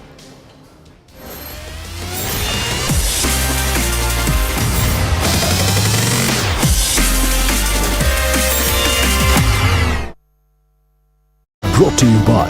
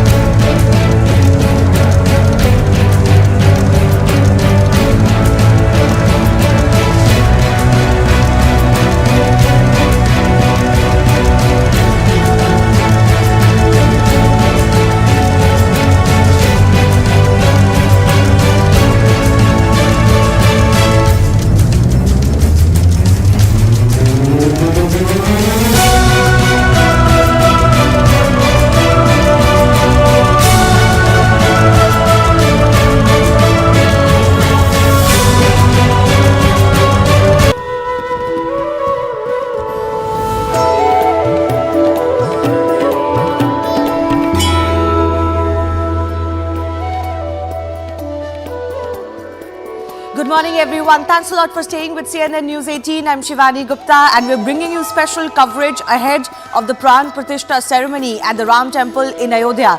Now, effectively, the Pran Pratishtha week is being kicked off today. In preparation of that ceremony on Jan 22, the entire city of Ayodhya is adorned. Idol of Lord Ram Lalla will be positioned in the temple's Garbh from January 18. But some of the ceremonies are kick-starting today itself. The auspicious timing has been determined by Ganeshwar Shastri Dravid from Varanasi. The religious ceremonies will commence from today and are scheduled to continue till Jan 22. The first puja is set to begin in a few minutes from now, and we will get you more live coverage from Ayodhya in just a bit. But let's also break down what happens today till Jan 22. So today, the host appointed by the temple trust, Shri Ram Janmabhoomi Teerth Kshetra, will conduct an atonement ceremony. The Daswich Bhat will be taken. Vishnu worship and offering of cow will be held on the banks of the Saryu River. On January 17, a procession will be held carrying the idol of Ram Lalla around Ayodhya. His face will be covered. Devotees will be carrying Saryu water in Mangal Kalash, and they will reach the Ram Janmabhoomi temple. On January 18, the day after that, rituals will start with Ganesh Ambika Puja and Varun Puja. Remember, this is also the day when the Ram idol will be placed inside the Garbh. So it happens well before Jan 22. January 19, holy fire will be lit, followed by the establishment of Navgraha and a Havan as far as the ceremony is concerned. On January 20, the Sanctum Sanctorum of the Ram Janmabhoomi temple will be washed with Saryu river water, after which Vastu Shanti and Annadivas rituals will take place. And on January 21, a day before Pran Pratishtha, Ram Lalla idol will be bathed and will finally be placed inside the Sanctum Sanctorum as well. On January 22, of course, after the morning puja, the deity of Ram Lalla will be consecrated. This is going to happen between 12:12 and 12:45 in the afternoon. Let's also go across to my colleagues Siddhant Mishra and Aman Sharma, who are joining us. Aman, let me begin with you. Week-long preparations ahead of the Pran Pratishtha. The ceremonies kick off today, quite like the 11-day Anushthan that the Prime Minister is also holding. A lot of things that go before the actual January 22 event. Well, Shivani, yes. As per the Panchang, the entire ceremony is being held as per Hindu rituals and, as per the book, as I would say. There are special priests who've come from Varanasi here to oversee the entire Pran Pratishtha rituals, which start today in Ayodhya, will go on till the 21st, and some necessary rituals will happen on the 22nd, on the day the Prime Minister comes. So a very festive atmosphere in Ayodhya. We are here at the famous new Lata Mangeshkar Chowk in Ayodhya, and I could see a stream of devotees here. Yesterday I came on a packed flight to Ayodhya, and number of people here coming, all wanting to be in Ayodhya before the 20th, because people feel that after the 20th the access may become a problem. So let us all come before the 20th to Ayodhya.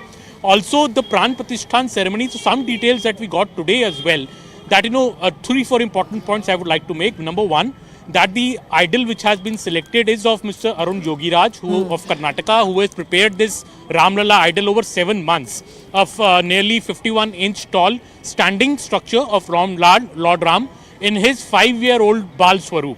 So this is the black stone idol whose Pran Pratishtha will be done on the 22nd. Second, the old idol, the original idol of Ram Lalla, which is being worshipped since 1950, will also be placed in the Garbh along with the new idol. So both the idols will be there. On the 22nd, the Prime Minister arrives at about 11 a.m.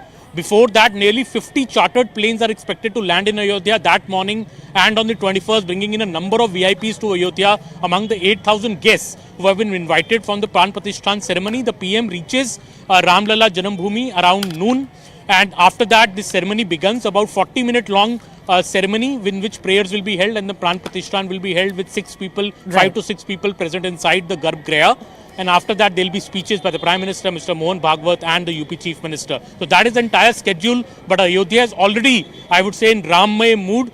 We can already see a lot of people there, a lot of devotees here wanting to go to the temple, because on 21st and 20th, the makeshift temple could also be closed for the 22nd ceremony. So a lot of rush of people here in Ayodhya to pay obeisance to Lord Ram, and everybody is very eager to see the new idol of Lord Ram, in which the Pran Pratishtha will be done on the 22nd. Absolutely. There were 3 idols that were commissioned, and all the artists were given the same brief, of course. They have to prepare the Bal Swaroop of Lord Ram, Ram Lalla, as described in Valmiki Ramayan.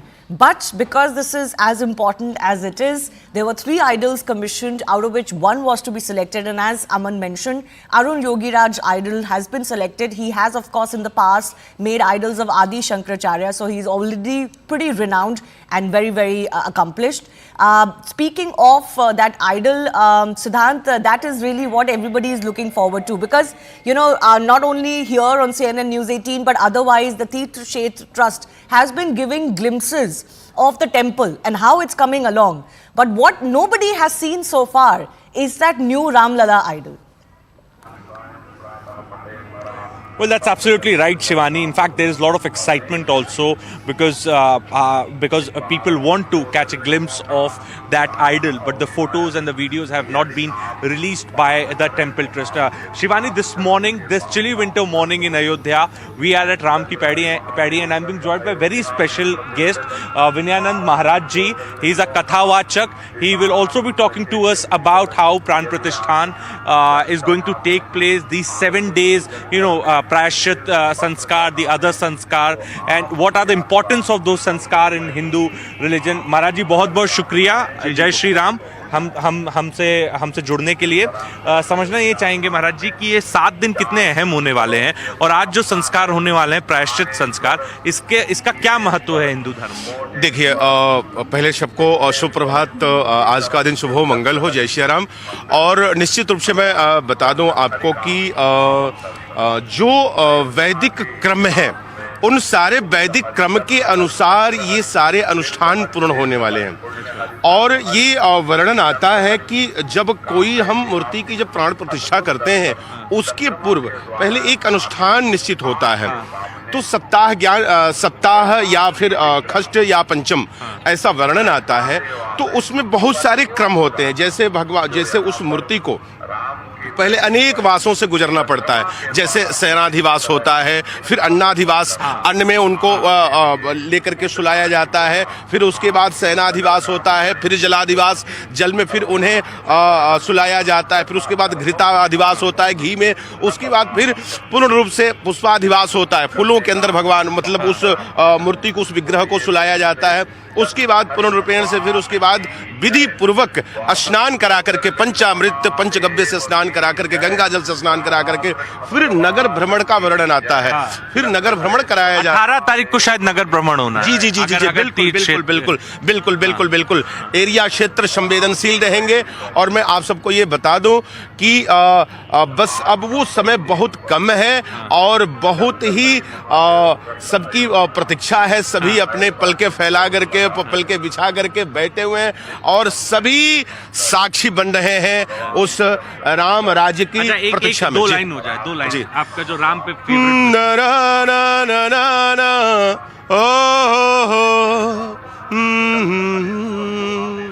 Ram Siya Ram जय जय राम, राम सिया राम जय जय राम, राम सिया राम जय जय राम, राम सिया राम जय जय राम.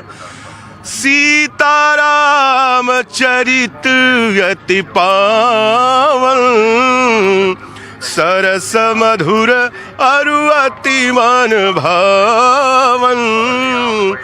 पुनि पुनि कितने सुनिए सुनायो, पिबत प्यास बुझत न बुझायो. ये बताइए कि आज का दिन कितना महत्वपूर्ण है, और इस दिन का इंतजार सदियों से लोगों को था. आज अयोध्या में कैसे जश्न मनाया जाएगा? 16 तारीख इतिहास में दर्ज होगी जब राम लला के प्राण प्रतिष्ठान की जो पूरी प्रक्रिया है उसकी शुरुआत होगी, और बाकायदा इसके लिए नए पुजारी जो हैं, अर्चक, उनको भी ट्रेन किया जा रहा है, उनकी भी प्रॉपर ट्रेनिंग हो रही है. उस विधि के बारे में और उस एक्साइटमेंट के बारे में थोड़ा बताइए. देखिए, मैं पुनः फिर विशेष रूप से मैं बता दूं कि हर उपासना की अपनी पद्धति होती है। जैसे मैं कहूँ कि भगवान राम बाल रूप में है, तो इनकी थोड़ी उपासना की पद्धति भिन्न है, क्योंकि भगवान कब शयन करते हैं और भगवान जब शयन से जब उठते हैं तो भगवान की क्या उस समय आरती होनी चाहिए, जिसे हम मंगल आरती कहते हैं। तो एक लोकाचार में भी ये चीजें व्याप्त हैं, जो हर उपासक को पता नहीं है, जो इस परंपरा से जो दीक्षित है। बाल स्वरूप भी है, दशरथ के पुत्र भी हैं और भगवान भी है। जी जी, तो इन तीनों चीज का ध्यान रखना। बिल्कुल बिल्कुल बिल्कुल, ये जानना बहुत जरूरी है।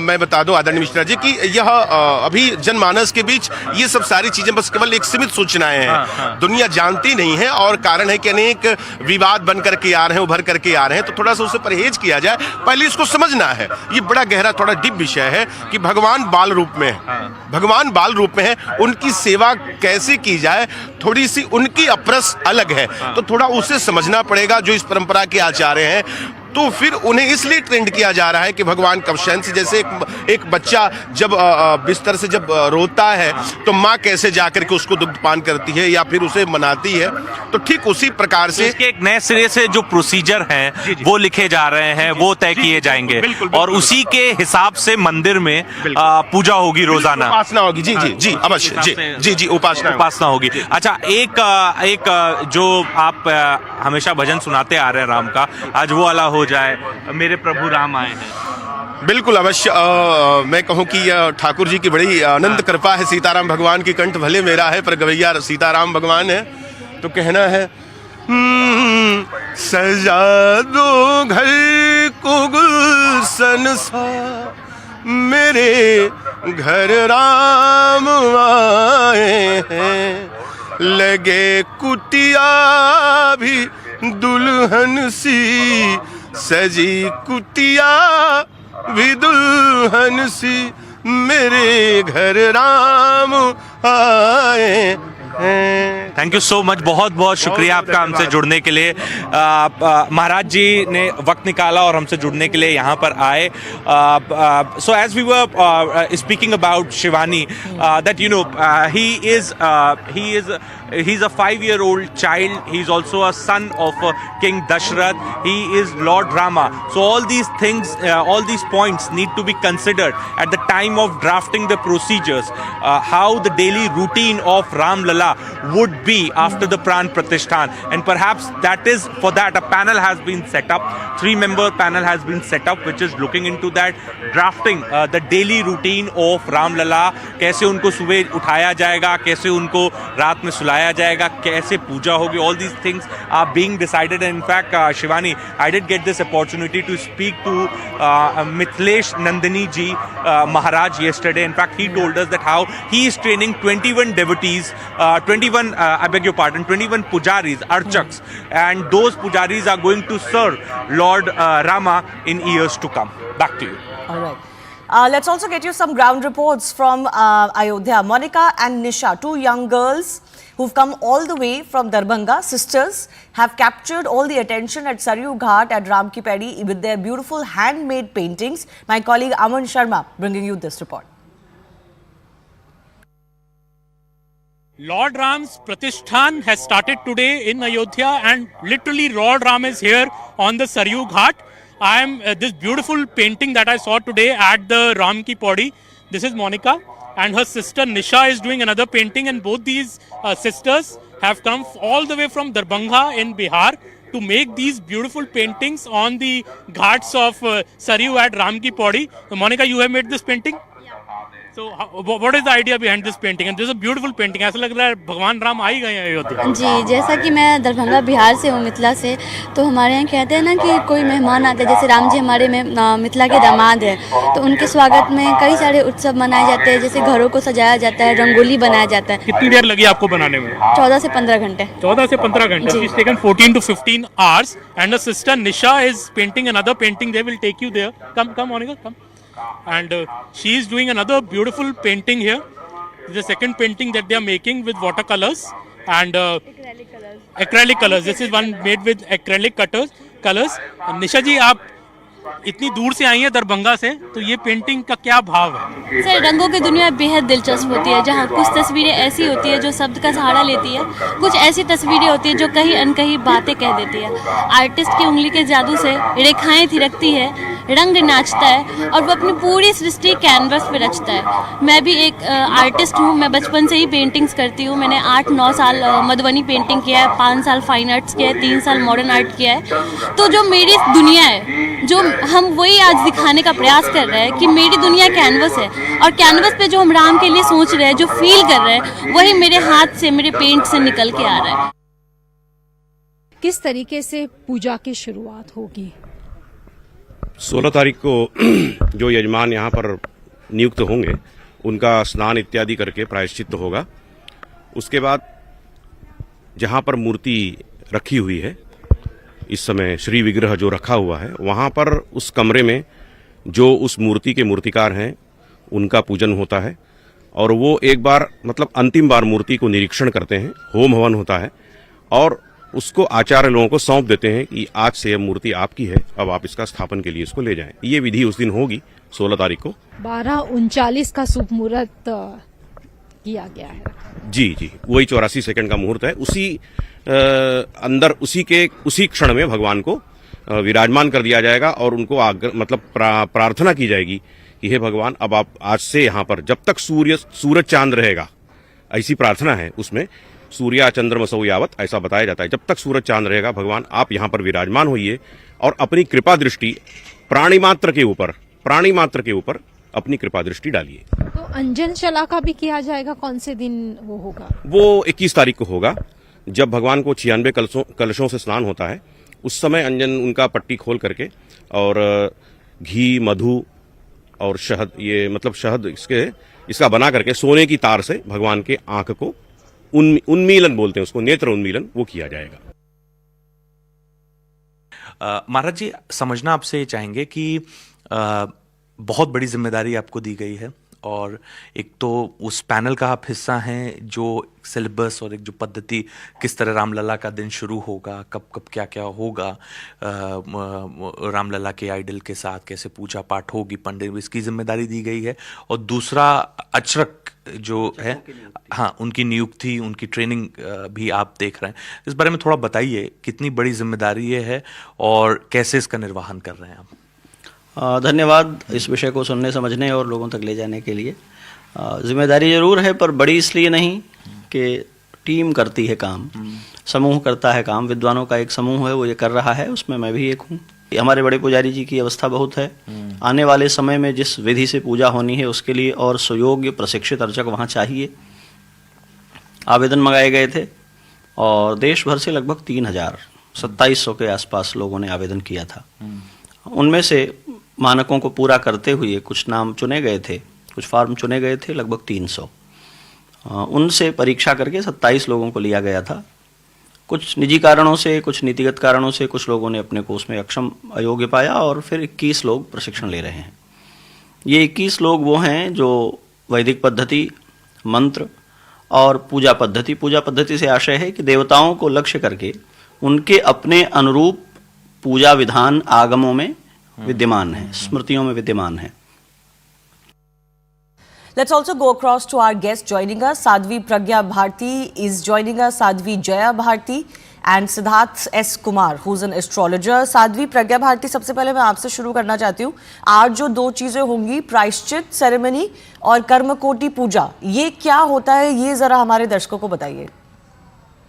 शिवानी, सबसे पहले तो मैं ये कहूँगी that we all have been waiting, eagerly anticipating this day, holding a breath in fervent expectation and hearts full of longing. We've yearned for this day. Right. And now on the verge of a profound cultural rebirth, we are emotionally reconnecting with the very essence of our cultural values and ethos, and each heartbeat echoing the depth of our emotional journey.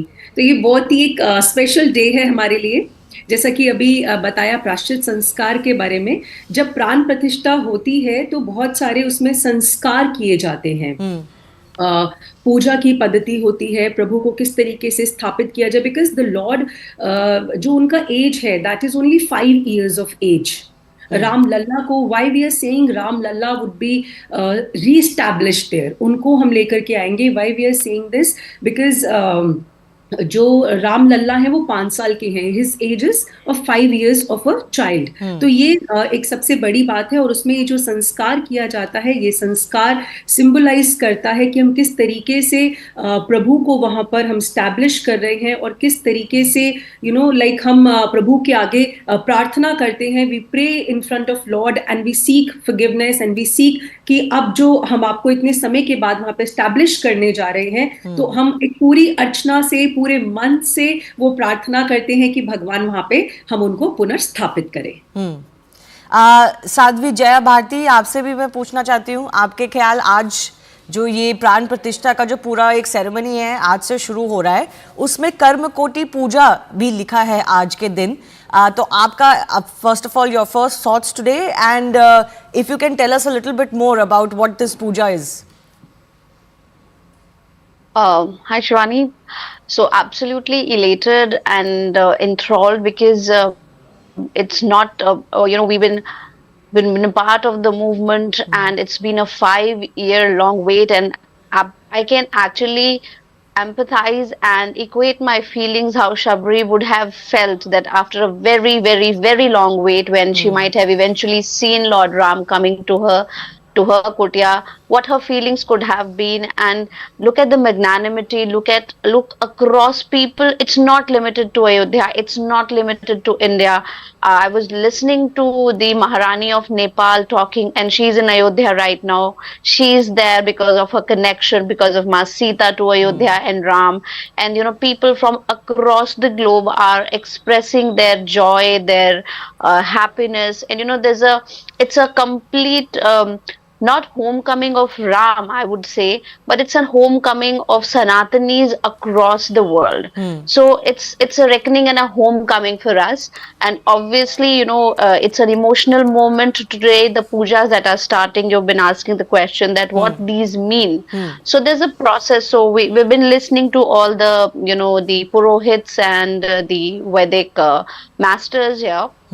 So these pujas are related usually, like when you're talking about the Prayashchit also. So this is a place, Ram Mandir is a place, the site where this temple is coming up. So what happens, there's a mandate in the scriptures which say that usually if a temple or an idol is desecrated, or it's been it's like something wrong goes on, and we reinstate it.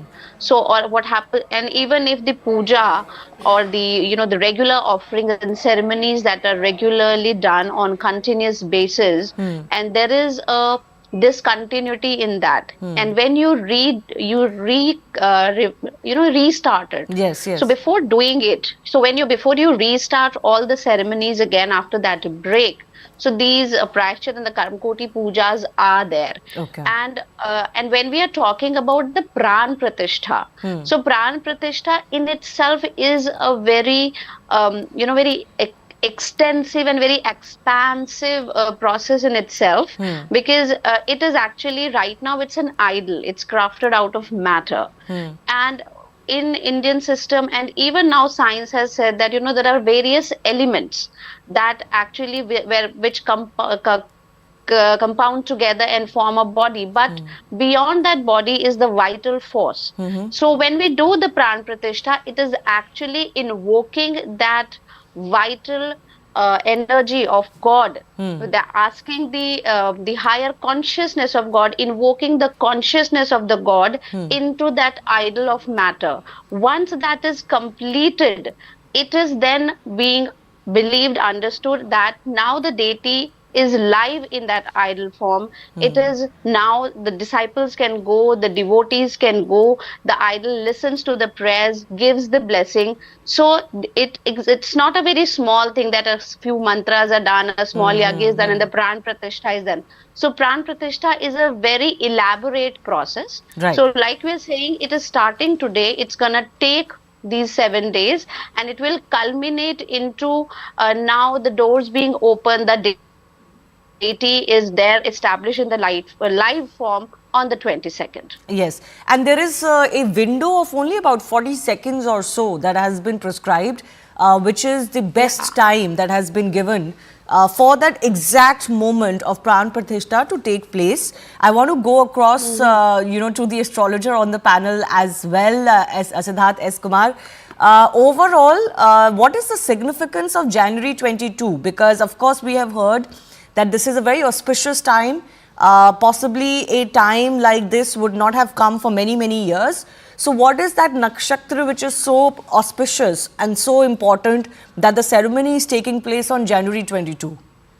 Okay, so first of all, we all are part of this historic moment, that we are fortunate enough to be part of this itself great blessings of the universe to us.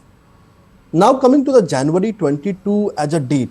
So January 22, as we say in our science, well begun is half done.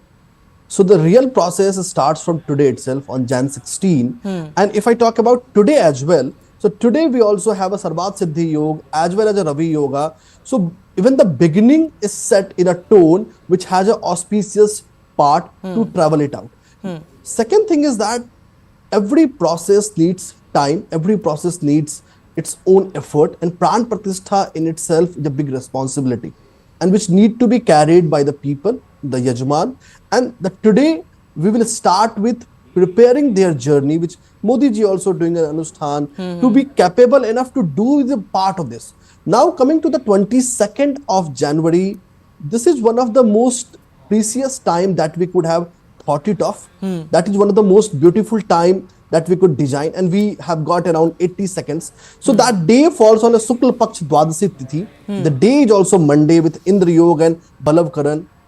At the moment when this Pran Pratishtha is going to have, we are going to have Sarva Siddhi Yoga, Amrit Siddhi Yoga, Ravi Yoga, that is going to happen. And the most important fact is that at the time of Pran Pratishtha, the Aries ascendant will be rising, and the Jupiter and the Uranus will be with the ascendant Lord, and even the D9 chart is supporting that. So overall, it's going to be a beautiful time, a time which is not going to awaken us or arouse us towards the reflection of our spirituality and the path of dharma. But this is also going to be a moment for India which will bolster new economic growths and the new chapters both for Uttar Pradesh as a whole and India as well. And we are going to see a great amount of exponential growth journey from here on, and we will safeguard ourselves from many situations and circumstances which the world will encounter, and India will be safeguarded in those situations.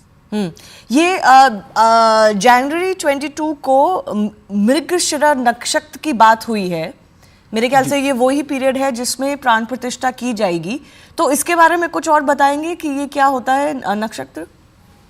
बिल्कुल, देखिए, जहाँ तक मृगशिरा नक्षत्र की बात है तो मृगशिरा नक्षत्र चंद्रमा का नक्षत्र है. उस दिन चंद्रमा उसी नक्षत्र में रहेंगे पूरे दिन, तो इसलिए उसका जिक्र हुआ है. जब भी हम किसी पंचांग की बात करते हैं, पंचांग में हमेशा 5 पहलू होते हैं. चंद्रमा का नक्षत्र, सूर्य का नक्षत्र, उस दिन की तिथि, उस दिन का करण, उस दिन का योग, सारे ही चीजों को ध्यान रखा गया है. तो मृगशिरा नक्षत्र भी अपने आप में एक बहुत ही अच्छा नक्षत्र है जिसके स्वामी चंद्रदेव हैं, और ये अपने आप में एक ऑस्पिशियस नक्षत्र है, एक ऐसा नक्षत्र. और इस नक्षत्र की 4 चांद इसलिए लग रही है क्योंकि हमें उस दिन सर्वात सिद्धि योग और अमृत योग दोनों ही मिल रहे हैं. सो हमें पंचांग के दृष्टिकोण से भी और पंचांग के साथ साथ उस मोमेंट पे जो हमारा 84 सेकंड का लगभग मोमेंट है, उस मोमेंट की जो कुंडली आ रही है, जैसे अगर हम बात करें कि जब कोई बच्चा पैदा होता है तो उसकी कुंडली बनती है, वैसे ही अगर जिस समय किसी प्रतिष्ठान की या यहाँ भगवान की जब प्राण प्रतिष्ठा हो रही है, उस समय की जो कुंडली है वो कुंडली भी इतनी बलशाली है कि वो इसको एक नई प्रतिष्ठा और एक नया समागम देगा. क्योंकि इसमें एक नहीं 1000 चीजें हैं. जैसे अभी कुछ चीजों की मैंने जिक्र की, एक और बहुत अच्छी चीज है कि शनि देव उस पत्रिका में जो जिस समय प्राण प्रतिष्ठा हो रहा है, कर्म भाव और लाभ भाव के स्वामी हैं और लाभ भाव में ही बैठे होंगे. इसलिए मैं बात किया कि ये भारत की दृष्टिकोण से एक नया एक्सपोनेंशियल इकोनॉमिक ग्रोथ का एरा शुरू करने वाला है. जी जी बिल्कुल. Some of the ceremonies will be beginning today, and we'll of course keep going back across to Ayodhya for that. But I also want to go back across to Sadhvi Pragya Bharti. All the things are coming together. Obviously, it's a story, it's a fight and a journey of 500 years, which is culminating on January 22, and of course will be ongoing.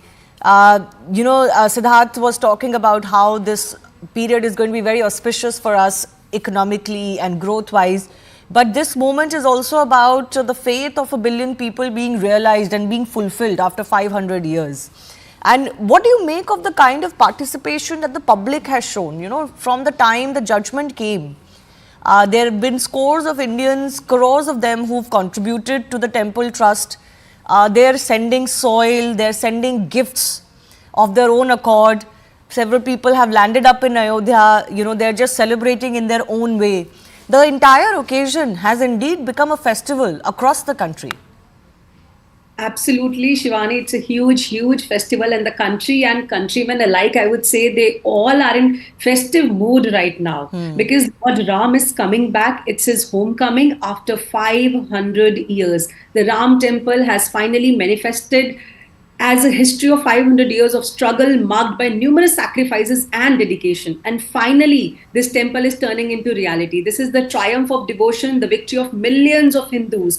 And you know, we cannot forget that, like you mentioned, there has been a long process, the legal battle also that we faced. So legal battle for the construction of this temple spans 134 years, if I tell you, with the first FIR filed in 1885. And you know, after 64 years of that, the legal proceedings gained momentum in 1949. And again, after 61 years, the Allahabad High Court in 2010 suggested dividing the land into 3 equal parts, imagine. And only 1/3 of the land belonged to Ram Lalla. And after another 9 years, the Supreme Court finally delivered its verdict in 2019, as we all know, the big day, declaring the construction of Ram Mandir, fulfilling the long-awaited anticipation of the entire nation. And today is the first day of the Pran Pratishtha ceremony. So the day is filled with mixed emotions, you know. There's a lot of pain, there's a lot of happiness. There are like thicks and thins. We've been through it, you know. The car sevaks, their sacrifice. We cannot forget the sacrifice of the car sevaks. They were being shot. बहुत बड़ी बात है, you know, and a memorial is being built to honor the sacrifices of the car sevaks who poured their hearts, shedding not only blood and sweat, but also dreams, aspirations, and unwavering devotion, all for the realization of this day. And today, as we behold this sacred moment, we feel the pulse of their sacrifices resonating through the very soul of the temple they passionately crafted, I would say. Yeah. And you know, as you mentioned, like there are a lot of people who are bringing in the gifts and also symbolize the territorial integrity of the nation. Sacred soil and water have been brought from revered sites, marking a demonstration of the national unity. And not only that, I would also like to mention that, you know, like we all know that Ma Sita spent an extended period of exile in the Ashok Vatika. So the stone from this sacred place, we call it Shila, tenderly brought by ministers from Sri Lanka, also carries the weight of her resilience. So the emotional resonance of this act is profound, I would say, and from every corner of our beloved nation, heartfelt contributions in spirit, emotion, and material wealth have poured in, weaving a tapestry of love and devotion for the manifestation of Ram Mandir. And during the consecration ceremony, Shri Vigraha, we cannot call them idol now because we call it Shri Vigraha. Shri Vigraha Ram Lalla will be installed, and there's a process that will be done mirroring the divine presence of Lord Ram as he appeared at the tender age of 5, like we've been talking about. And we all, I would say, you will have the blessed opportunity to witness Ram Lalla seated on a lotus pedestal that day. Yes. You know, I had the opportunity of visiting the Garbhagriha when it was being constructed about a couple of months ago, and the pedestal that has been created, both the 51-inch new idol and the existing Ram Lalla idol, which darshan for which is still going on, both are going to be consecrated in the new Garbhagriha. So anybody who has any, you know, misconceptions about what happens to the existing Ram Lalla idol, they can be rest assured that that's also going to be consecrated in the new Garbhagriha. And of course, there are lots of care that have been taken in just the whole construction, the gold doors of the Garbhagriha plus the other areas of the ground floor, which is ready now ahead of the Pran Pratishtha ceremony. All of them have also been set up now, so we're all set. Sadhvi Jaya Bharti, what do you think this moment really means? Not just for those, you know, who believe in Lord Ram, who fought for Lord Ram and the Janam, but the country at large, because this moment has come after, as I mentioned, long struggle. There's been a lot of strife. There's been a lot of fighting as well. What does this moment mean now for India? Thank you for asking that question. And it's absolutely goes beyond certain, when people look at a particular way of culticizing certain things. Now, when you talk about Bharat, like what does it mean for this country? So I would go back a little as to how this, every country, every nation has its own civilizational identity. And, in that civilizational identity, it is like the lifestyles, the food you eat, the way you wear, what you wear. And the primary identity of any civilization is its faith. And in India, faith is demonstrated in various ways. There are a lot of people who approach the Almighty, who approach the higher consciousness in a Nirakar manner, and then there are people who go to the Sakar methods, temples, and the murtis, everything that we look at, and the various paddhatis of yagnas and havans and upasanas. There are a lot of paddhatis in that. When we talk about Ram temple, a lot of people are saying, why was there such an emphasis? What was it such a fight about? Okay, one temple is gone, you could have built another more magnanimous temple. So it is not just another temple. It's Ram Janmabhoomi. Our Aradhya, he incarnated on that piece of land, that particular spot. And we owe our civilizational cultural identity. So even the monuments are considered as vehicle of cultural heritage that are passed on from generation to generation. And for almost 500 years, it's been, like we were talking about the Thakurs of Ayodhya, which come from the lineage of Lord Ram, that when they lost their battle to Babur, they gave up their turban, right? They didn't wear, and they did not even carry an umbrella over their head. That, anything that's atop my head is actually a symbol of honor. But losing Ram Janmabhoomi to Babur, I've lost my honor. My Ram Janmabhoomi, my Ishwara, my God's place, my temple is my biggest honor, and I've lost it. So until and unless we regain it back, we will not gonna wear those turbans with those pagris back. And after 22nd, that particular samaj, that particular those people, they will be adorning their pagris back. So it is my honor. It is my civilizational identity. So it is not limited to the people only who believe in Ram. Ram is one front cornerstone of the Sanatan consciousness. Right. And obviously it's a monumental movement. Absolutely. I really feel, that if today I'm feeling the excitement and happiness and pride and joy for this temple coming alive, and it's a now reality, I can also, sense when it might have been demolished, when my forefathers would have been there, the idols were desecrated, we were trampled over, just to make sure that you are beneath us. We can trample your temples, we can demolish them, and you could do nothing, because we have the power of the sword. And today I am very happy we've not even picked a sword. We laid our lives, we've carried this struggle for 500 years, and finally Lord that dream Ram is has coming arrived. true. Absolutely. Ram Lots has of people arrived. still feel. So is my identity and honor. Yes, absolutely. A lot of people never thought it would happen in their lifetimes, such were times, but it is now a reality. I do request all of our guests to just stay with us. We're going to slip into a very short break. On the other side, we'll also get you more of the color and the flavor from on ground in Ayodhya as well.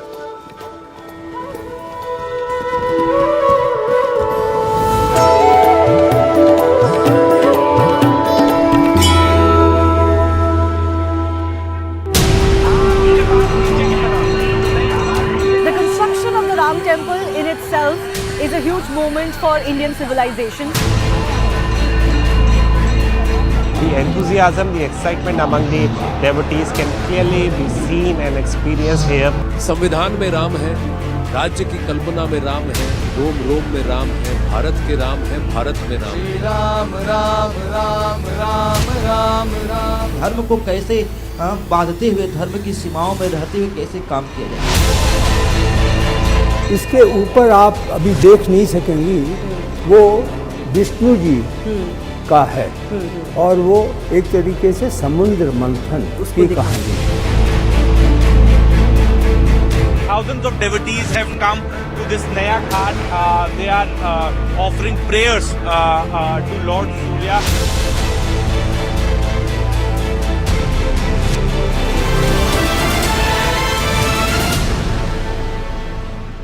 Brought to you by